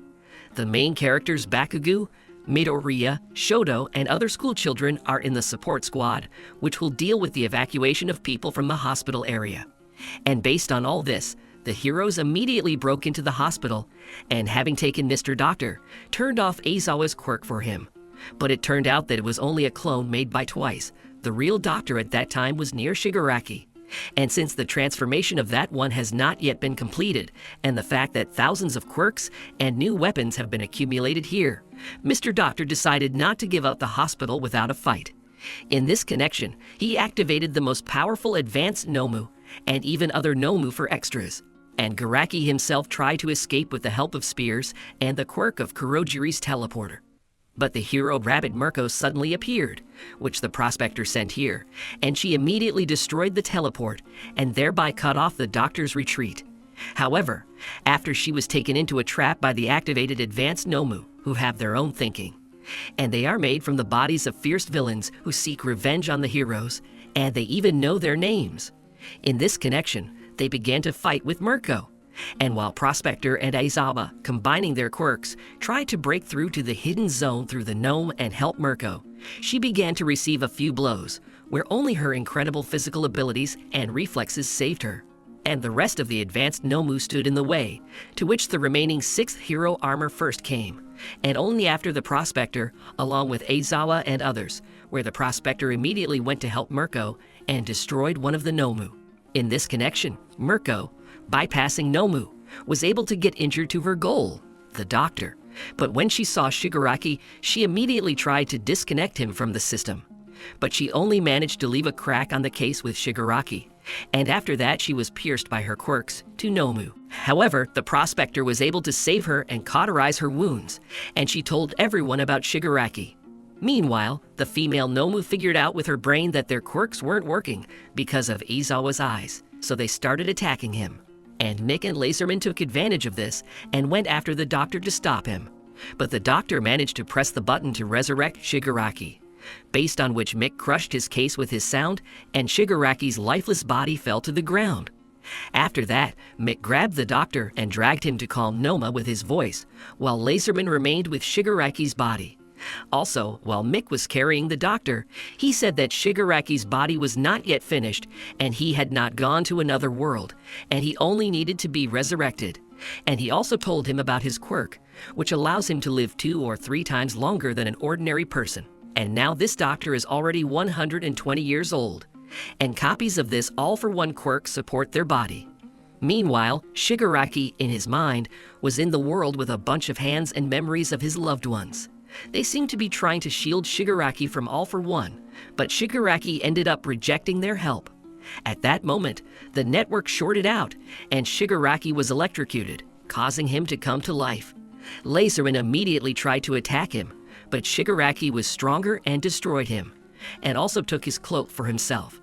After regaining consciousness, Shigaraki began to destroy and split everything around with his quirk.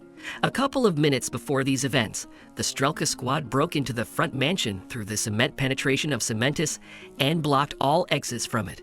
The shooter with his quirk attacked the villains in the lungs, and a powerful battle began.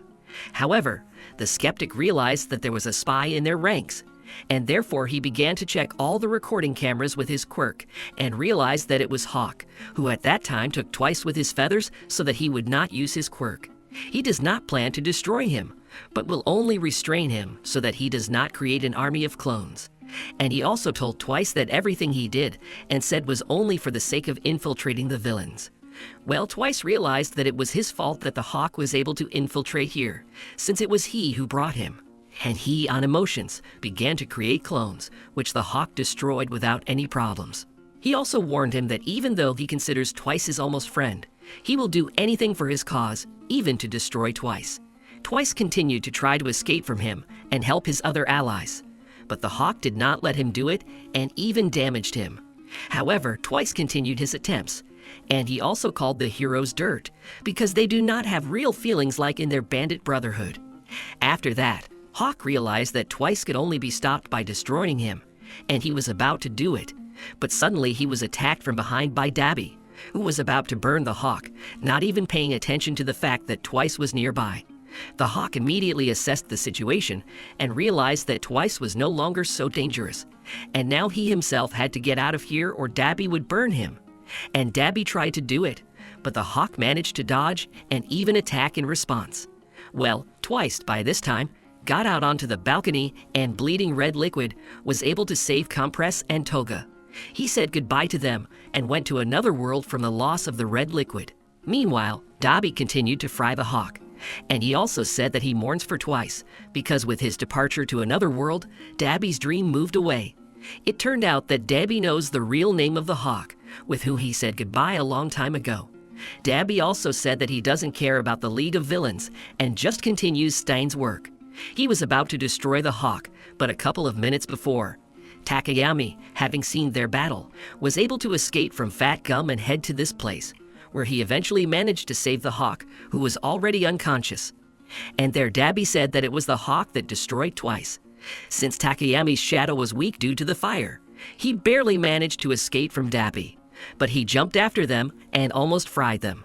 However, he was thwarted by the snowman, who was fighting Lady Gora, whom he attacked and knocked out. This allowed Takayami to regroup, and grabbing Hawk, carried him to the doctors. Cementus took on the snowman, while Juza and Kamori helped with their mass attacks to liquefy the ground and cover everyone with mushrooms. Meanwhile, Deku and the others were already finishing the evacuation from the hospital area.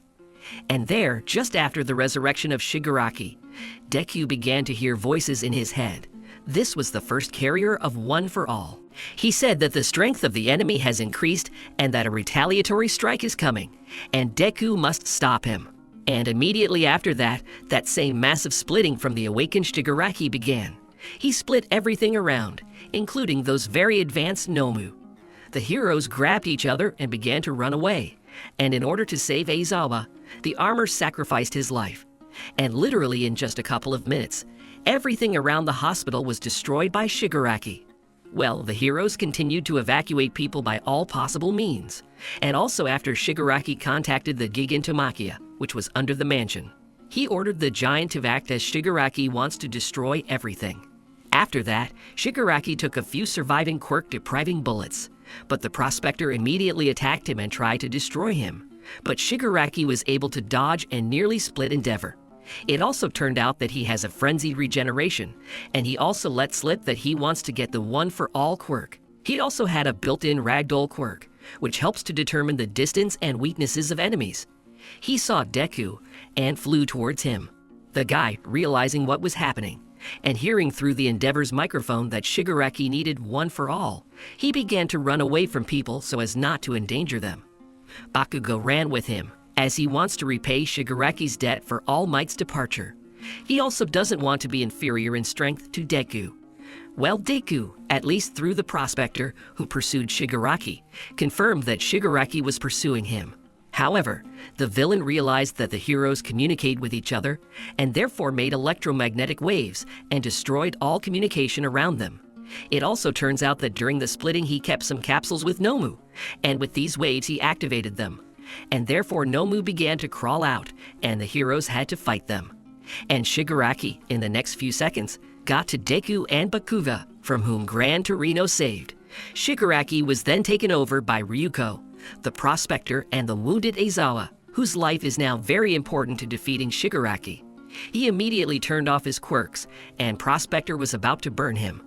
But it turned out that Shigaraki continued to fly, since this is not his quirk, but the usual wave of his hands. Meanwhile, Gran Torino explained to the guys that the two of them could not defeat the improved Shigaraki. And he also said that they miscalculated with the speed of Shigaraki, because it turns out that no one can cope with his speed, which means they will not be able to catch up. Therefore, they will fight with him here as long as Aizawa's quirk works. He also warned Deku that Shigaraki had been given the all-for-one quirk and could steal the quirks and pass them on to others. However, by this time, Shigaraki was able to repel all of the Endeavor's attacks without any quirks by throwing him at Ryuko and slamming them into the ground. After that, he immediately switched to Aizawa so that he would not interfere with him, and he almost destroyed it, but suddenly Deku appeared with all his might and attacked him. Deku then grabbed Shigaraki for Bakugo to pierce him with his powerful attacks, but he freed himself and counterattacked both guys. Prospector then compared Shigaraki's strength to All Might's.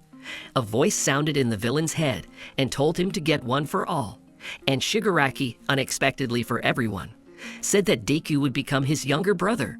Shigaraki himself was shocked, because it was not him who said it, it was his all-for-one mentor, whom Shigaraki is going to surpass.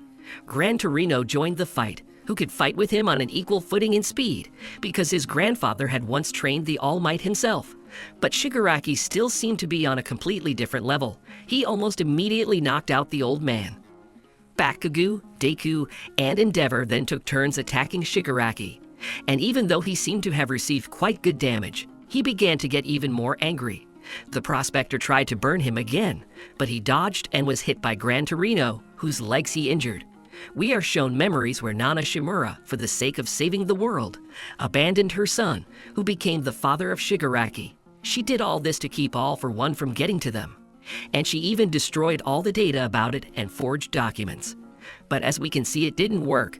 After that, we were returned to reality, where Shigaraki pierced the Gran Torino, and then he took out a bullet that cancels quirks from his pocket. Seeing this, Ryuko and Deku tried to stop him, but the villain managed to throw a bullet, which ended up in Aizawa's leg, and he, in order not to lose his strength, cut off his leg with a bullet. Meanwhile, near the mansion, Cementus continued to fight against the snowman, and Dabi came to Compress, who said that Togu, having learned about Twice's departure from life, turned into a hero and went to take revenge on them. And immediately after, Gigantomachia crawled out of the ground. He grabbed everyone who was from the League of Villains and rushed at breakneck speed towards Shigaraki. Lady Gora tried to stop him, but he pushed her aside with no problem. Midnight and Wooden Kamui tried to stop him, but Compress prevented them by throwing giant debris on them. And since Midnight received heavy damage, she turned to Yoirozu to create and distribute anesthetics to everyone so that they would lull the giant who was just running in their direction. Well, the villains came running to Midnight itself, and as a result, we will not see our beauty again. Yoirozu began creating anesthetics, and in order to keep the giant in place, they softened the ground with the help of Juz's power. Yoirozu also threw dynamite into it, and in the end it all worked. But the villains on his back began to interfere with the guys. They decided to attack Kirishima with accumulated electricity, but he was knocked out by Compress. And right after, Gigantomachia sneezed, and Dabi added fire to this, thereby setting fire to a giant piece of forest and getting rid of the school children. However, Ashido was still able to break through the fire, and she almost threw an anesthetic into the giant's mouth. But he seemed to come to his senses and abruptly switched to school children. And he almost destroyed Ashido, but Kirishima was able to protect her, who was also able to climb the giant and throw the anesthetic into his mouth. After that, professional heroes flew in and started a fight with a giant who began to transform. And as a result, he knocked out all the heroes. But before that, the hero Majestic managed to save the school children. Well, the giant continued on its way, destroying everything in its path. Meanwhile, the fight with Shigaraki continued, where after cutting off his leg, Aizawa passed out and thus stopped using his quirk. Shigaraki immediately decided to end this fight, but he was pushed back by Shoto. Then Deku, out of anger, was able to use 100% of his strength, and therefore began to attack Shigaraki. And to prevent him from touching the ground and activating his decay, Deku grabbed everyone with Nana Shimura's quirk and lifted everyone off the ground. At that moment, Deku remembered how other students taught him how to control various quirks similar to his new abilities, where Uraraku taught Deku how to fly with his power. There was also a conversation between Bakugo and All Might about the fact that everyone will sooner or later find out about Deku's power, and that Bakugo helps him to atone for bullying him in the past. Well, in reality, Deku, turning on 100% of his strength, began to attack Shigaraki, holding him with fetters. And Bakugo realized that Deku would soon get tired, and therefore decided to raise the prospector to him so that he would finish off Shigaraki with one blow, and Shoto would cool him down. In the end, he raised Endeavor, and he burned Shigaraki with a powerful attack, but the villain's body was able to withstand it. Shigaraki unexpectedly took control of All for One, calling Deku a brother.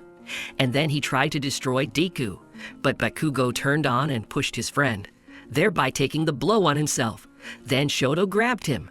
Deku, having heard the words All for One about the fact that today a lot of people suffered in vain, turned on rage and began to be covered with strength. It flew up to Shigaraki's body and was about to destroy it. But All for One touched him and began to siphon power. And we were transferred to the consciousness of quirks, where there were Deku, Shigaraki, and the All for One that had grown into him, which reminded Shigaraki that if he had not lent him the power, then he would not be here alive. Shigaraki, in response, said that this was not so, because he did everything on his own. But Deku at that time tried to move, but fell, and Nana Shimura appeared above him. She said that for now, Deku can't move in this world, so they will take care of him. Well, All for One said that everything happens here in the same way as with transplanted organs, since a part of the soul is transplanted along with them. And the same thing happens with the transferred quirks. Shigaraki, meanwhile, remembered Gran Torino's words about Nana Shimura's insults. After that, he attacked everyone out of anger, but Shimura repulsed the attack. Also, Shigaraki tried to destroy All for One, but this did not work out. And then Deku saw in Shigaraki the suffering of a child. After that, the first appeared and told his brother that they would never leave the body of this child, and they threw Shigaraki back. And then All for One invited his student to join their forces, and he also began to blame Deku for the fact that he, like All Might, was losing strength because of his anger. But the first said that this is not so, because Deku's anger gives strength to protect those who are dear to him. Hearing this, Deku was able to jump towards Shigaraki and their bond was severed. Based on what now? All for One told Shigaraki to retreat and finish his body in order to destroy everyone later. It also turned out that Gigantomachia, after breaking the connection, sensed the presence of the second owner, and he continued on his way there. Well, in the cities on his way, evacuation began, where so far all the heroes were busy with this. Nijero, along with Ingenium, went to the prospector to give him information. Meanwhile, on the back of the giant, Dabi realized that Shigaraki had awakened, and therefore the end of the heroic world had come. And everyone agreed with this, except for Toga, who will give her answer after talking with some heroes. Also, she still does not understand where the line is between heroes and villains, because now heroes also destroy. After that, she, seeing Uraraka, took her equipment from the compress and went to her. There, she pretended to be an old woman and lured Uraraka into a building, where she asked if Uraraka wanted to destroy Toga. But she only answered her that she did not have time for this, because she needed to save as many people as possible, and now she is no longer the weak girl she was. And they started a fight with Toga, where Toga explained that her quirk prevents her from living among ordinary people. And also there, during the battle, Toga got the keychain of All Might, and she realized that this thing was important for Uraraku. and she compared her to the importance of Twice, because he was like an older brother to her. But suddenly Asui appeared, and Togu, taking advantage of the giant's run, disappeared, and she decided to return to the League and stop suppressing her feelings. Meanwhile, after Shigaraki and Deku separated, Deku picked up Shoto, and Shigaraki inside himself began to fight with All for One, as he did not want to do what he was told.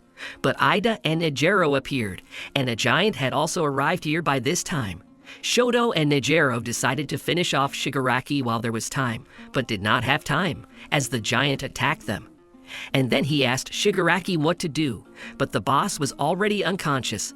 Based on what Dabi took advantage of the moment, and he washed off the dye from his hair, and revealed to the prospector and Shoto his real name, Toya Todoroki. The Fire family was in shock, because Toya is the eldest child in the Todoroki family, who was burned in a fire.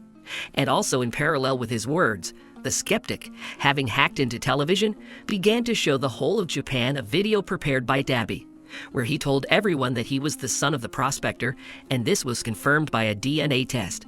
And he, as a villain, has already destroyed 30 innocent people. And he did all this since his father once went crazy to overtake All Might, and so his first son Toya appeared, who, although he even possessed a fiery quirk stronger than Prospector's, however, he did not live up to his father's expectations, and therefore, according to Toya, he was abandoned and forgotten. But since then, he has not forgotten anything. He has been watching all this time in order to take revenge on his father. And now the goal of his life is the suffering of the Prospector, since he can no longer get away from the past. Well, this again proves that the blue flame drives people crazy, because Dabi decided to repeat the fate of Azula. We were shown moments from the past, where the prospector near the mountain discovered that his son Toya had been burned in a forest fire. They could not even find his bones, as they could have burned to the ground due to the high temperature. And they explained to us that Toya possessed a strong flame, but his body, instead of being immune to fire like the prospector, received immunity to ice like his mother. The prospector was glad that he had such a son. However, he kept making babies to get the perfect mix of quirks. Toya, on the other hand, seems to have become obsessed with proving to everyone that he is the one who can defeat All Might. However, after each use of his quirk, he was left with burns. And the prospector, worrying about him, asked him not to torture himself anymore and live a normal life. And the prospector himself continued to experiment, where as a result, he managed to do what he wanted. It was Shoto. We were brought back to reality, where Dabi showed everyone the picture received from the skeptic, where the hawk destroys Twice. And he also made inquiries somewhere on the hawk that his father was a bandit and a villain, and the hawk supposedly hid it all. And he also said that the hawk, in order to get into the League of Villains, destroyed the hero Best Jeans. And he said all this to undermine people's faith in heroes. The prospector was shocked by what he heard, because when his son Toya died, he tried to find him, but could not, and he really thought that his son was dead. And right on the field, the prospector went into himself. Toya decided to take advantage of this, and he attacked. Shoto began to fight with him, who at the same time tried to bring his father to his senses so that he would protect Deku and Bakugo. But suddenly, at the last moment, Live Best Jeans appeared. He immediately twisted the giant and all the villains with his threads. It turns out that Best Jeans was in reserve for Chukachi's plan, and he is the last hope for saving the world. However, Dabi used his fire and was able to burn the threads, as well as fry Best Jeans and Nejiro. Shigaraki began to dream and talk in his sleep, and he told the Gigantomachia that he needed to destroy them, and because the giant began to break out of the threads. Best Jeans tried to restrain him, but his body could not stand it anymore, and at the call of Shigaraki, the Nomu came running, with whom the heroes fought. But Mirio unexpectedly came to the rescue, who through Eri was able to regain his strength, and he started attacking Nomu while protecting Best Jeans. He was also joined by an injured but mad Bakugo, along with Ida and Nejiro. They started fighting Nomu as a group, while Best Jeans held off everyone else. Shoto, at that time, fought with Toya, who was trying to break the moral side of his brother, but Deku intervened there. He explained that the past cannot be changed, but now he chooses to look at the current real prospector, who helps people and makes him stronger as a mentor. But while they were discussing it all, the giant broke the threads. However, by the same moment, the prospector, having heard Deku's words, perked up and attacked the giant with all his might, from which the anesthetics thrown earlier worked in his body, and the giant collapsed to the ground and fell asleep. After that, Compress decided to save everyone, who at the beginning remembered the old days where the League lived in poverty, and they were supported by the idea of changing the world. And Compress decided to sacrifice himself to put on the ultimate escape show. To free himself from the threads of Best Jeans, he canned a part of his body to free his hands. After that, he began to preserve all the villains and save them from the threads, at the same time beating Best Jeans and conserving his clothes. He also did all this since he was a descendant of the King of Thieves, Haramoji, who was similar to Robin Hood. He destroyed corrupt heroes and gave money to people. Compress now believes that Shigaraki will change the world just as Harima tried to change it. On top of that, Shoto lost to Dabi, and Compress mothballed him too. He also tried to give Spinner time to wake up Shigaraki and give orders to the giant, and as a result, they managed to bring him to his senses, and he threw everyone away with an energy wave. But it turned out that it was All for One who decided to intervene in the situation, as Shigaraki refused to back down. And the more Shigaraki clings to the old, the more All for One becomes in his body, because now they are one with him. He also summoned Noma to him with this wave, and sitting on them, began to run away. Deku tried to stop him, but he pushed him back and said that when he finished Shigaraki's body, they would meet with him again. And also Compress threw a spinner ball at the villains, and they safely rode away with Nomu, and the Compress himself was captured by the heroes. As a result, this battle ended in catastrophic losses on the part of the heroes. And also, a couple of days before the start of the operation, the Security Committee, to which Yastreb reports, tried to take control of Redestro and his Detnerate company by inviting him to a meeting. But in the end, instead of the real Redestro, a clone of Twice came to the meeting, who destroyed the chairman of the committee.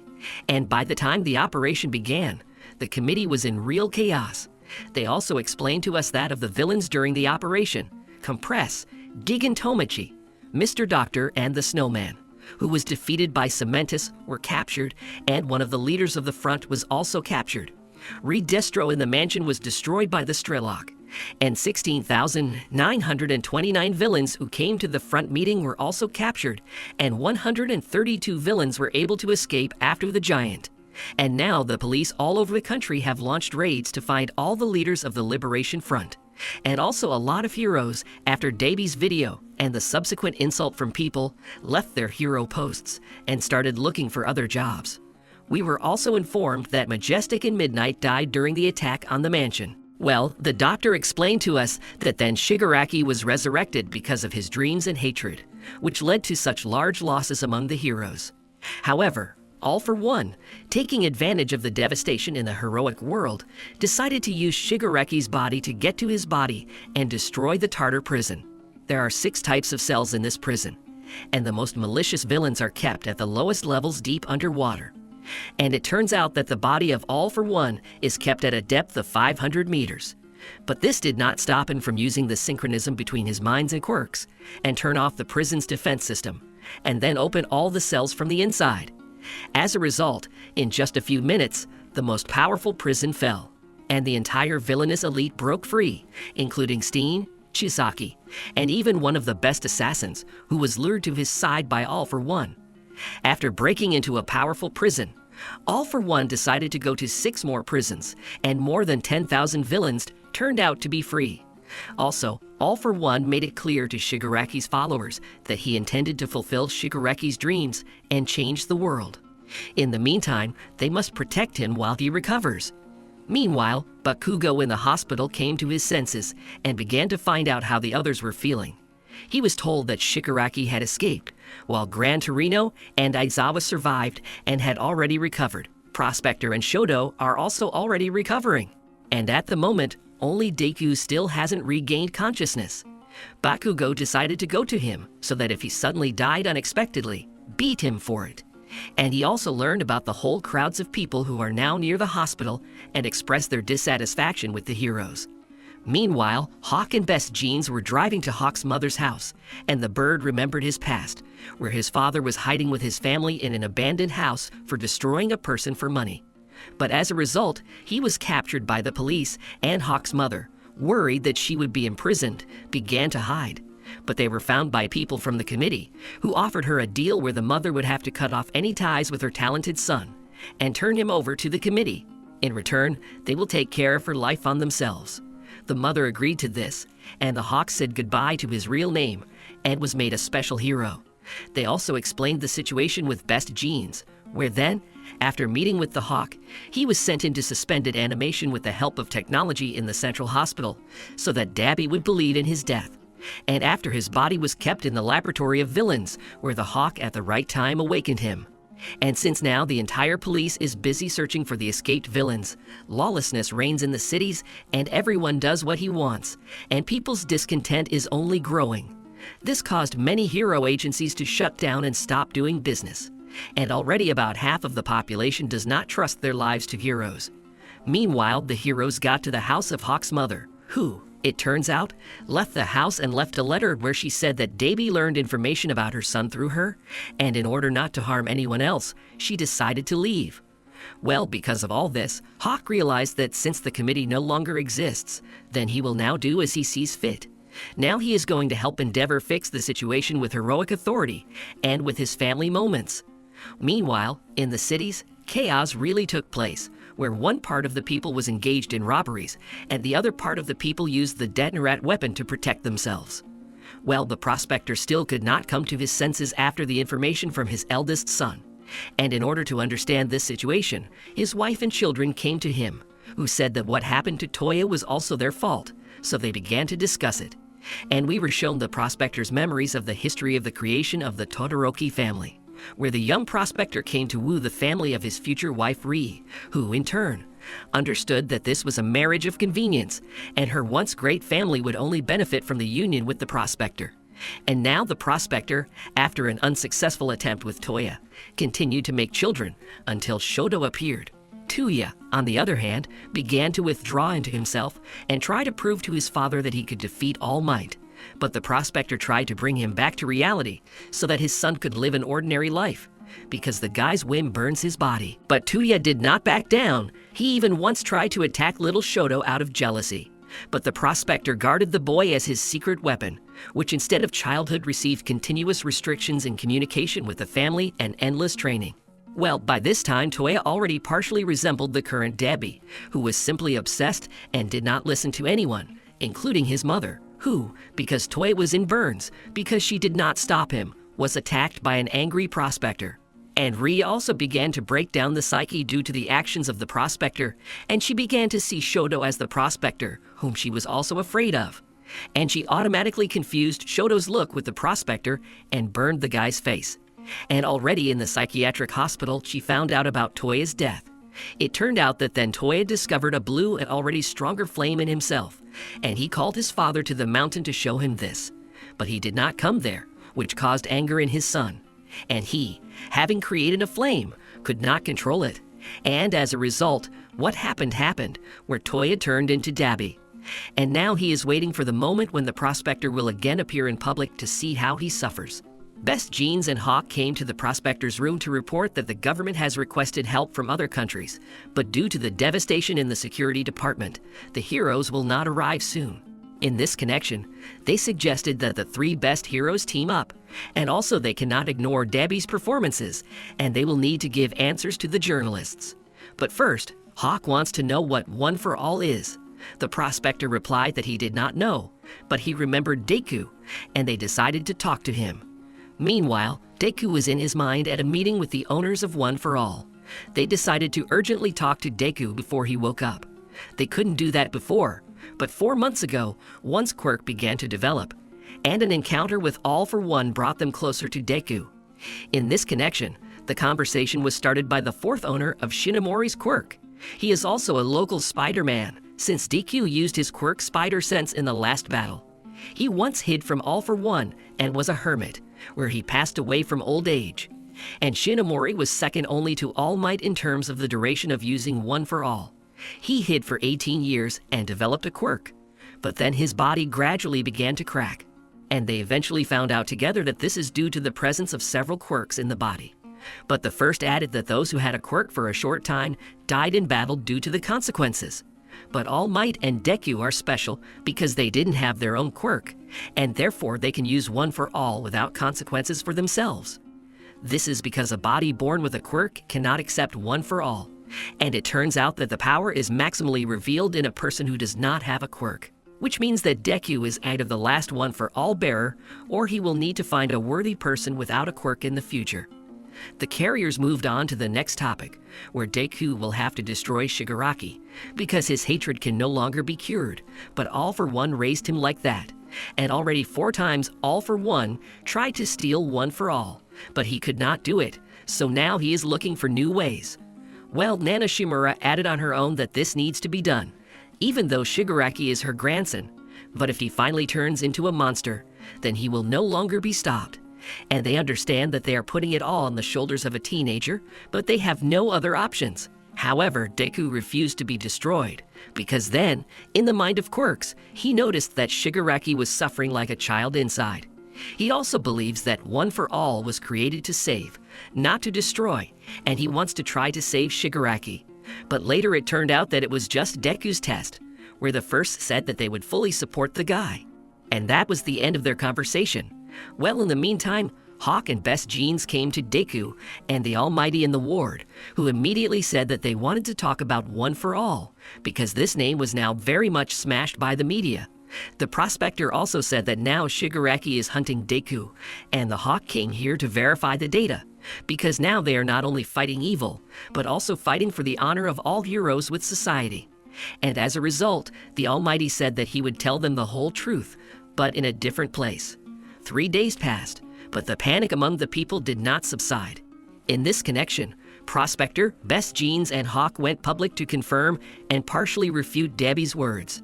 They also said that since there are now many times fewer heroes, they will reduce the protected area with heroes. The refuge for all civilians will be the Yui School, where the families of the students have already been moved.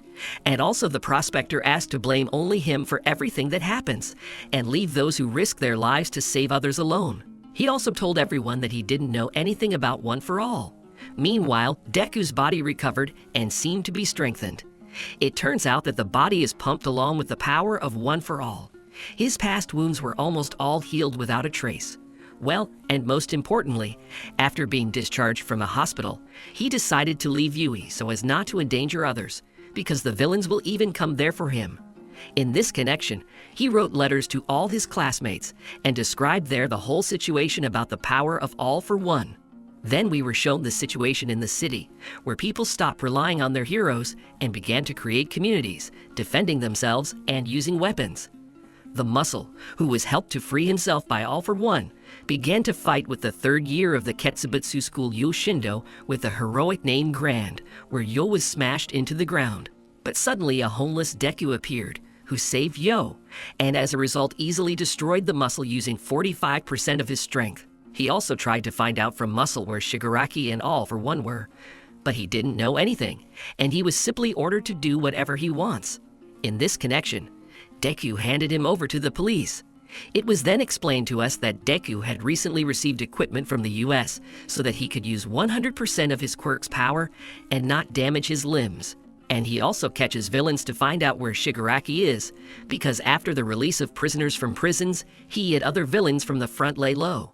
Well, the heroes supported Deku in this matter, since they understand that even if Tartarus was destroyed by the villains without problems, then the Yui School would not survive either. So they are also in favor of being the first to attack the villains.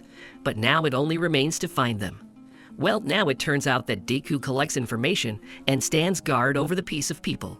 And he can also use almost all the quirks of previous One for All carriers at the same time. Meanwhile, Deku saves a giant girl from civilians who have already attacked everyone who looks strange. And it turns out that almost everyone who wanted to was evacuated to Yui. And in the process of all this, the first persuaded 2 more carriers, who for some reason were turned away to the wall, to help them in the fight against All for One. And they both agreed. As a result, this deuce of heroes opened up Deku's access to their quirks.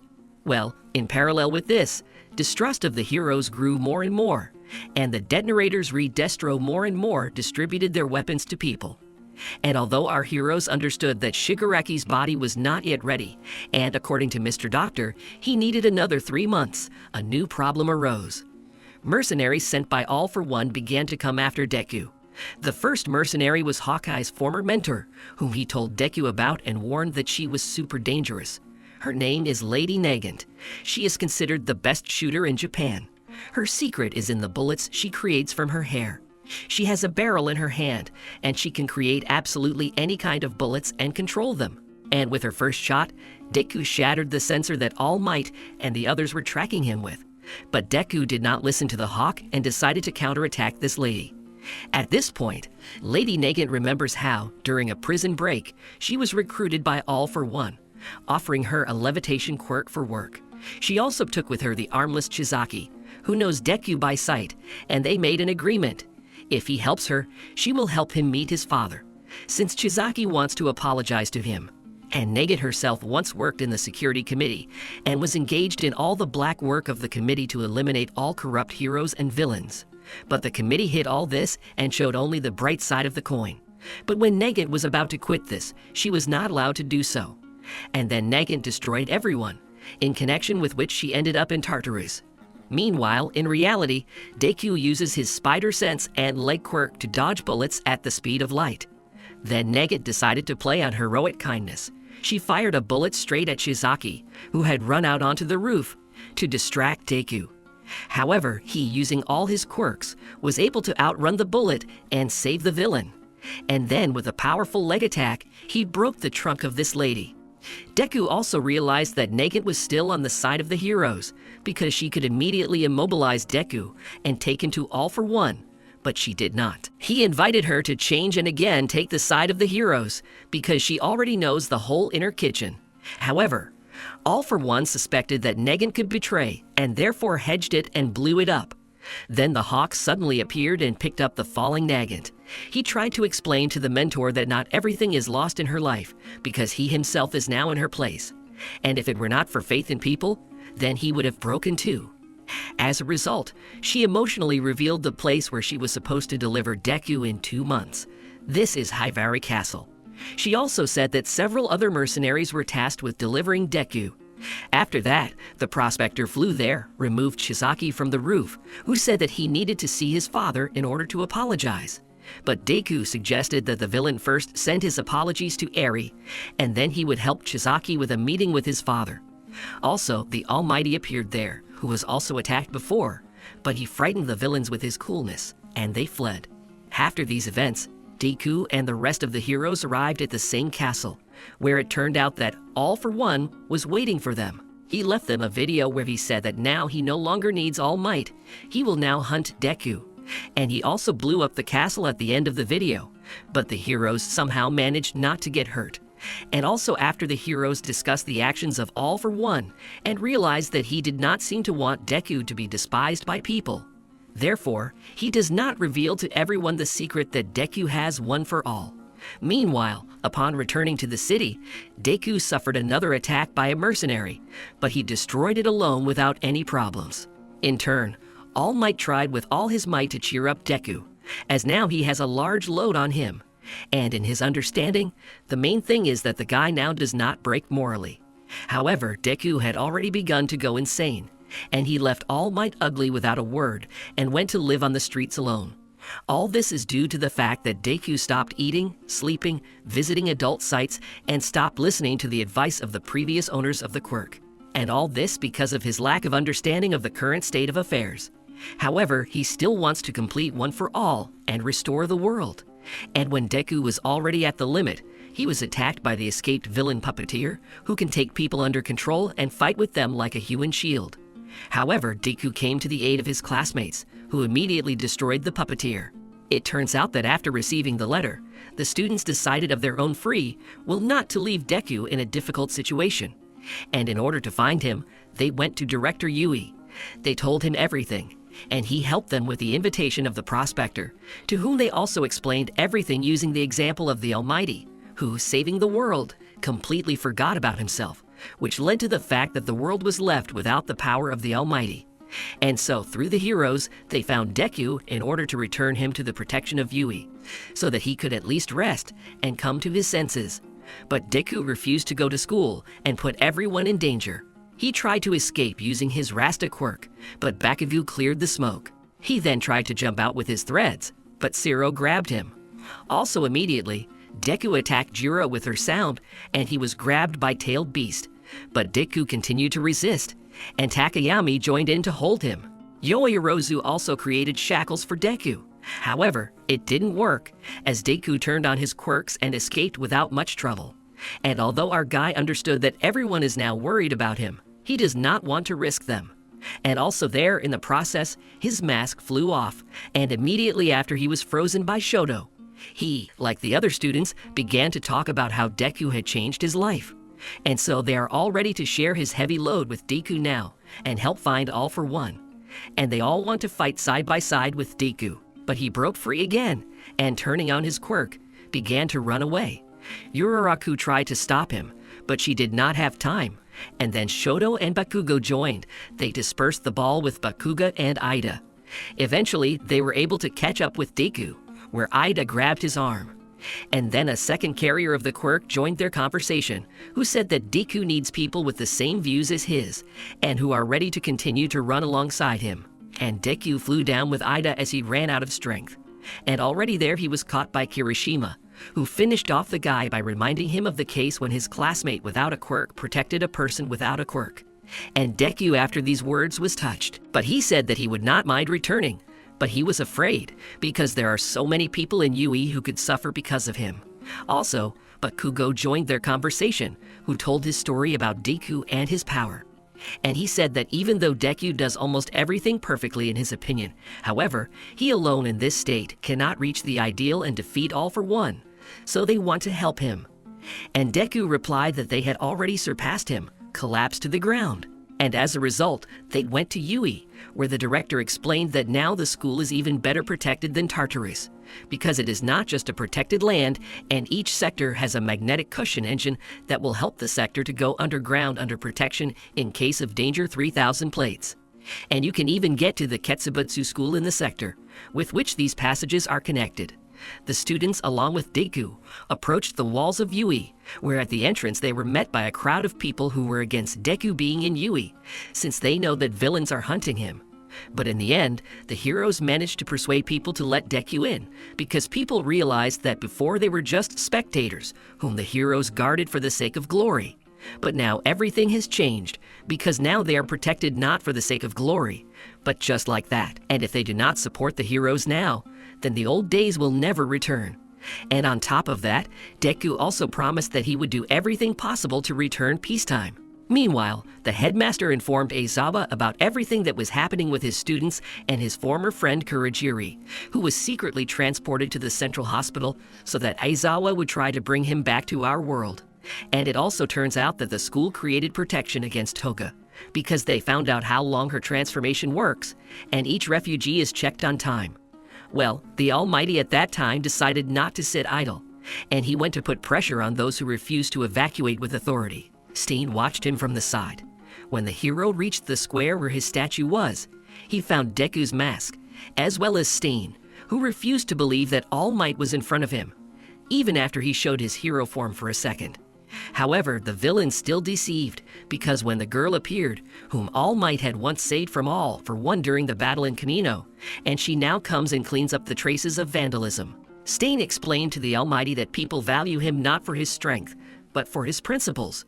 And this fire gave hope to many, and this fire must not go out. And proceeding from what Stain, in tribute to the Almighty, gave the data from Tartarus to the Almighty, which the dying guard gave him and asked him to transfer them to an honest person. And also Stain asked the Almighty to come for his life after he figured it all out, because he destroyed 40 heroes. And Stain did all this for the sake of a more just world. After that, we were taken back to the school, where the class of students were busy cleaning up Deku to bombard him with questions later. But Shoto slowed everyone down, because Deku needs to get some sleep. However, Deku remembered that he ugly left All Might without even saying goodbye to him. But it turns out that he was already at that time near their house, and already on the street, he apologized to Deku for the fact that he could not help him. In addition, he said that the last fight is coming soon, and they have received data that will help them answer many questions, and getting an answer would require the strength of absolutely everyone, including the Almighty. Well, Deku apologized for trying to do everything himself, because only together they can win. Then All Might went to Endeavor and others who are outside the school so as not to cause discontent among the people. Deku himself went to bed, and the students decided to come up with a musical number, as they did at the festival, in order to cheer people up. It also turned out that the heroes from the villain's interrogation found out that All for One wants one for all before Shigaraki's body is finished. Also in the data transmitted by Stain was information about the cause of the failure in the Tartar system, and this will help strengthen the protection of Yui. And the heroes also realized that the consciousness of All for One and Shigaraki was synchronized. All Might explain to everyone that he could also one-sidedly communicate with the owners of One for All, but he couldn't hear the answer, although he could feel feelings through them. And they also intercepted the villainous signals, where it was said that in 38 days it would all be over. And this means that in 3 days Shigaraki's body will be ready. And now they need to figure out how they will deal with it. To do this, they need the help of heroes from other countries, where the people of All for One have already penetrated. And there are many heroes who are already ready to come to the rescue.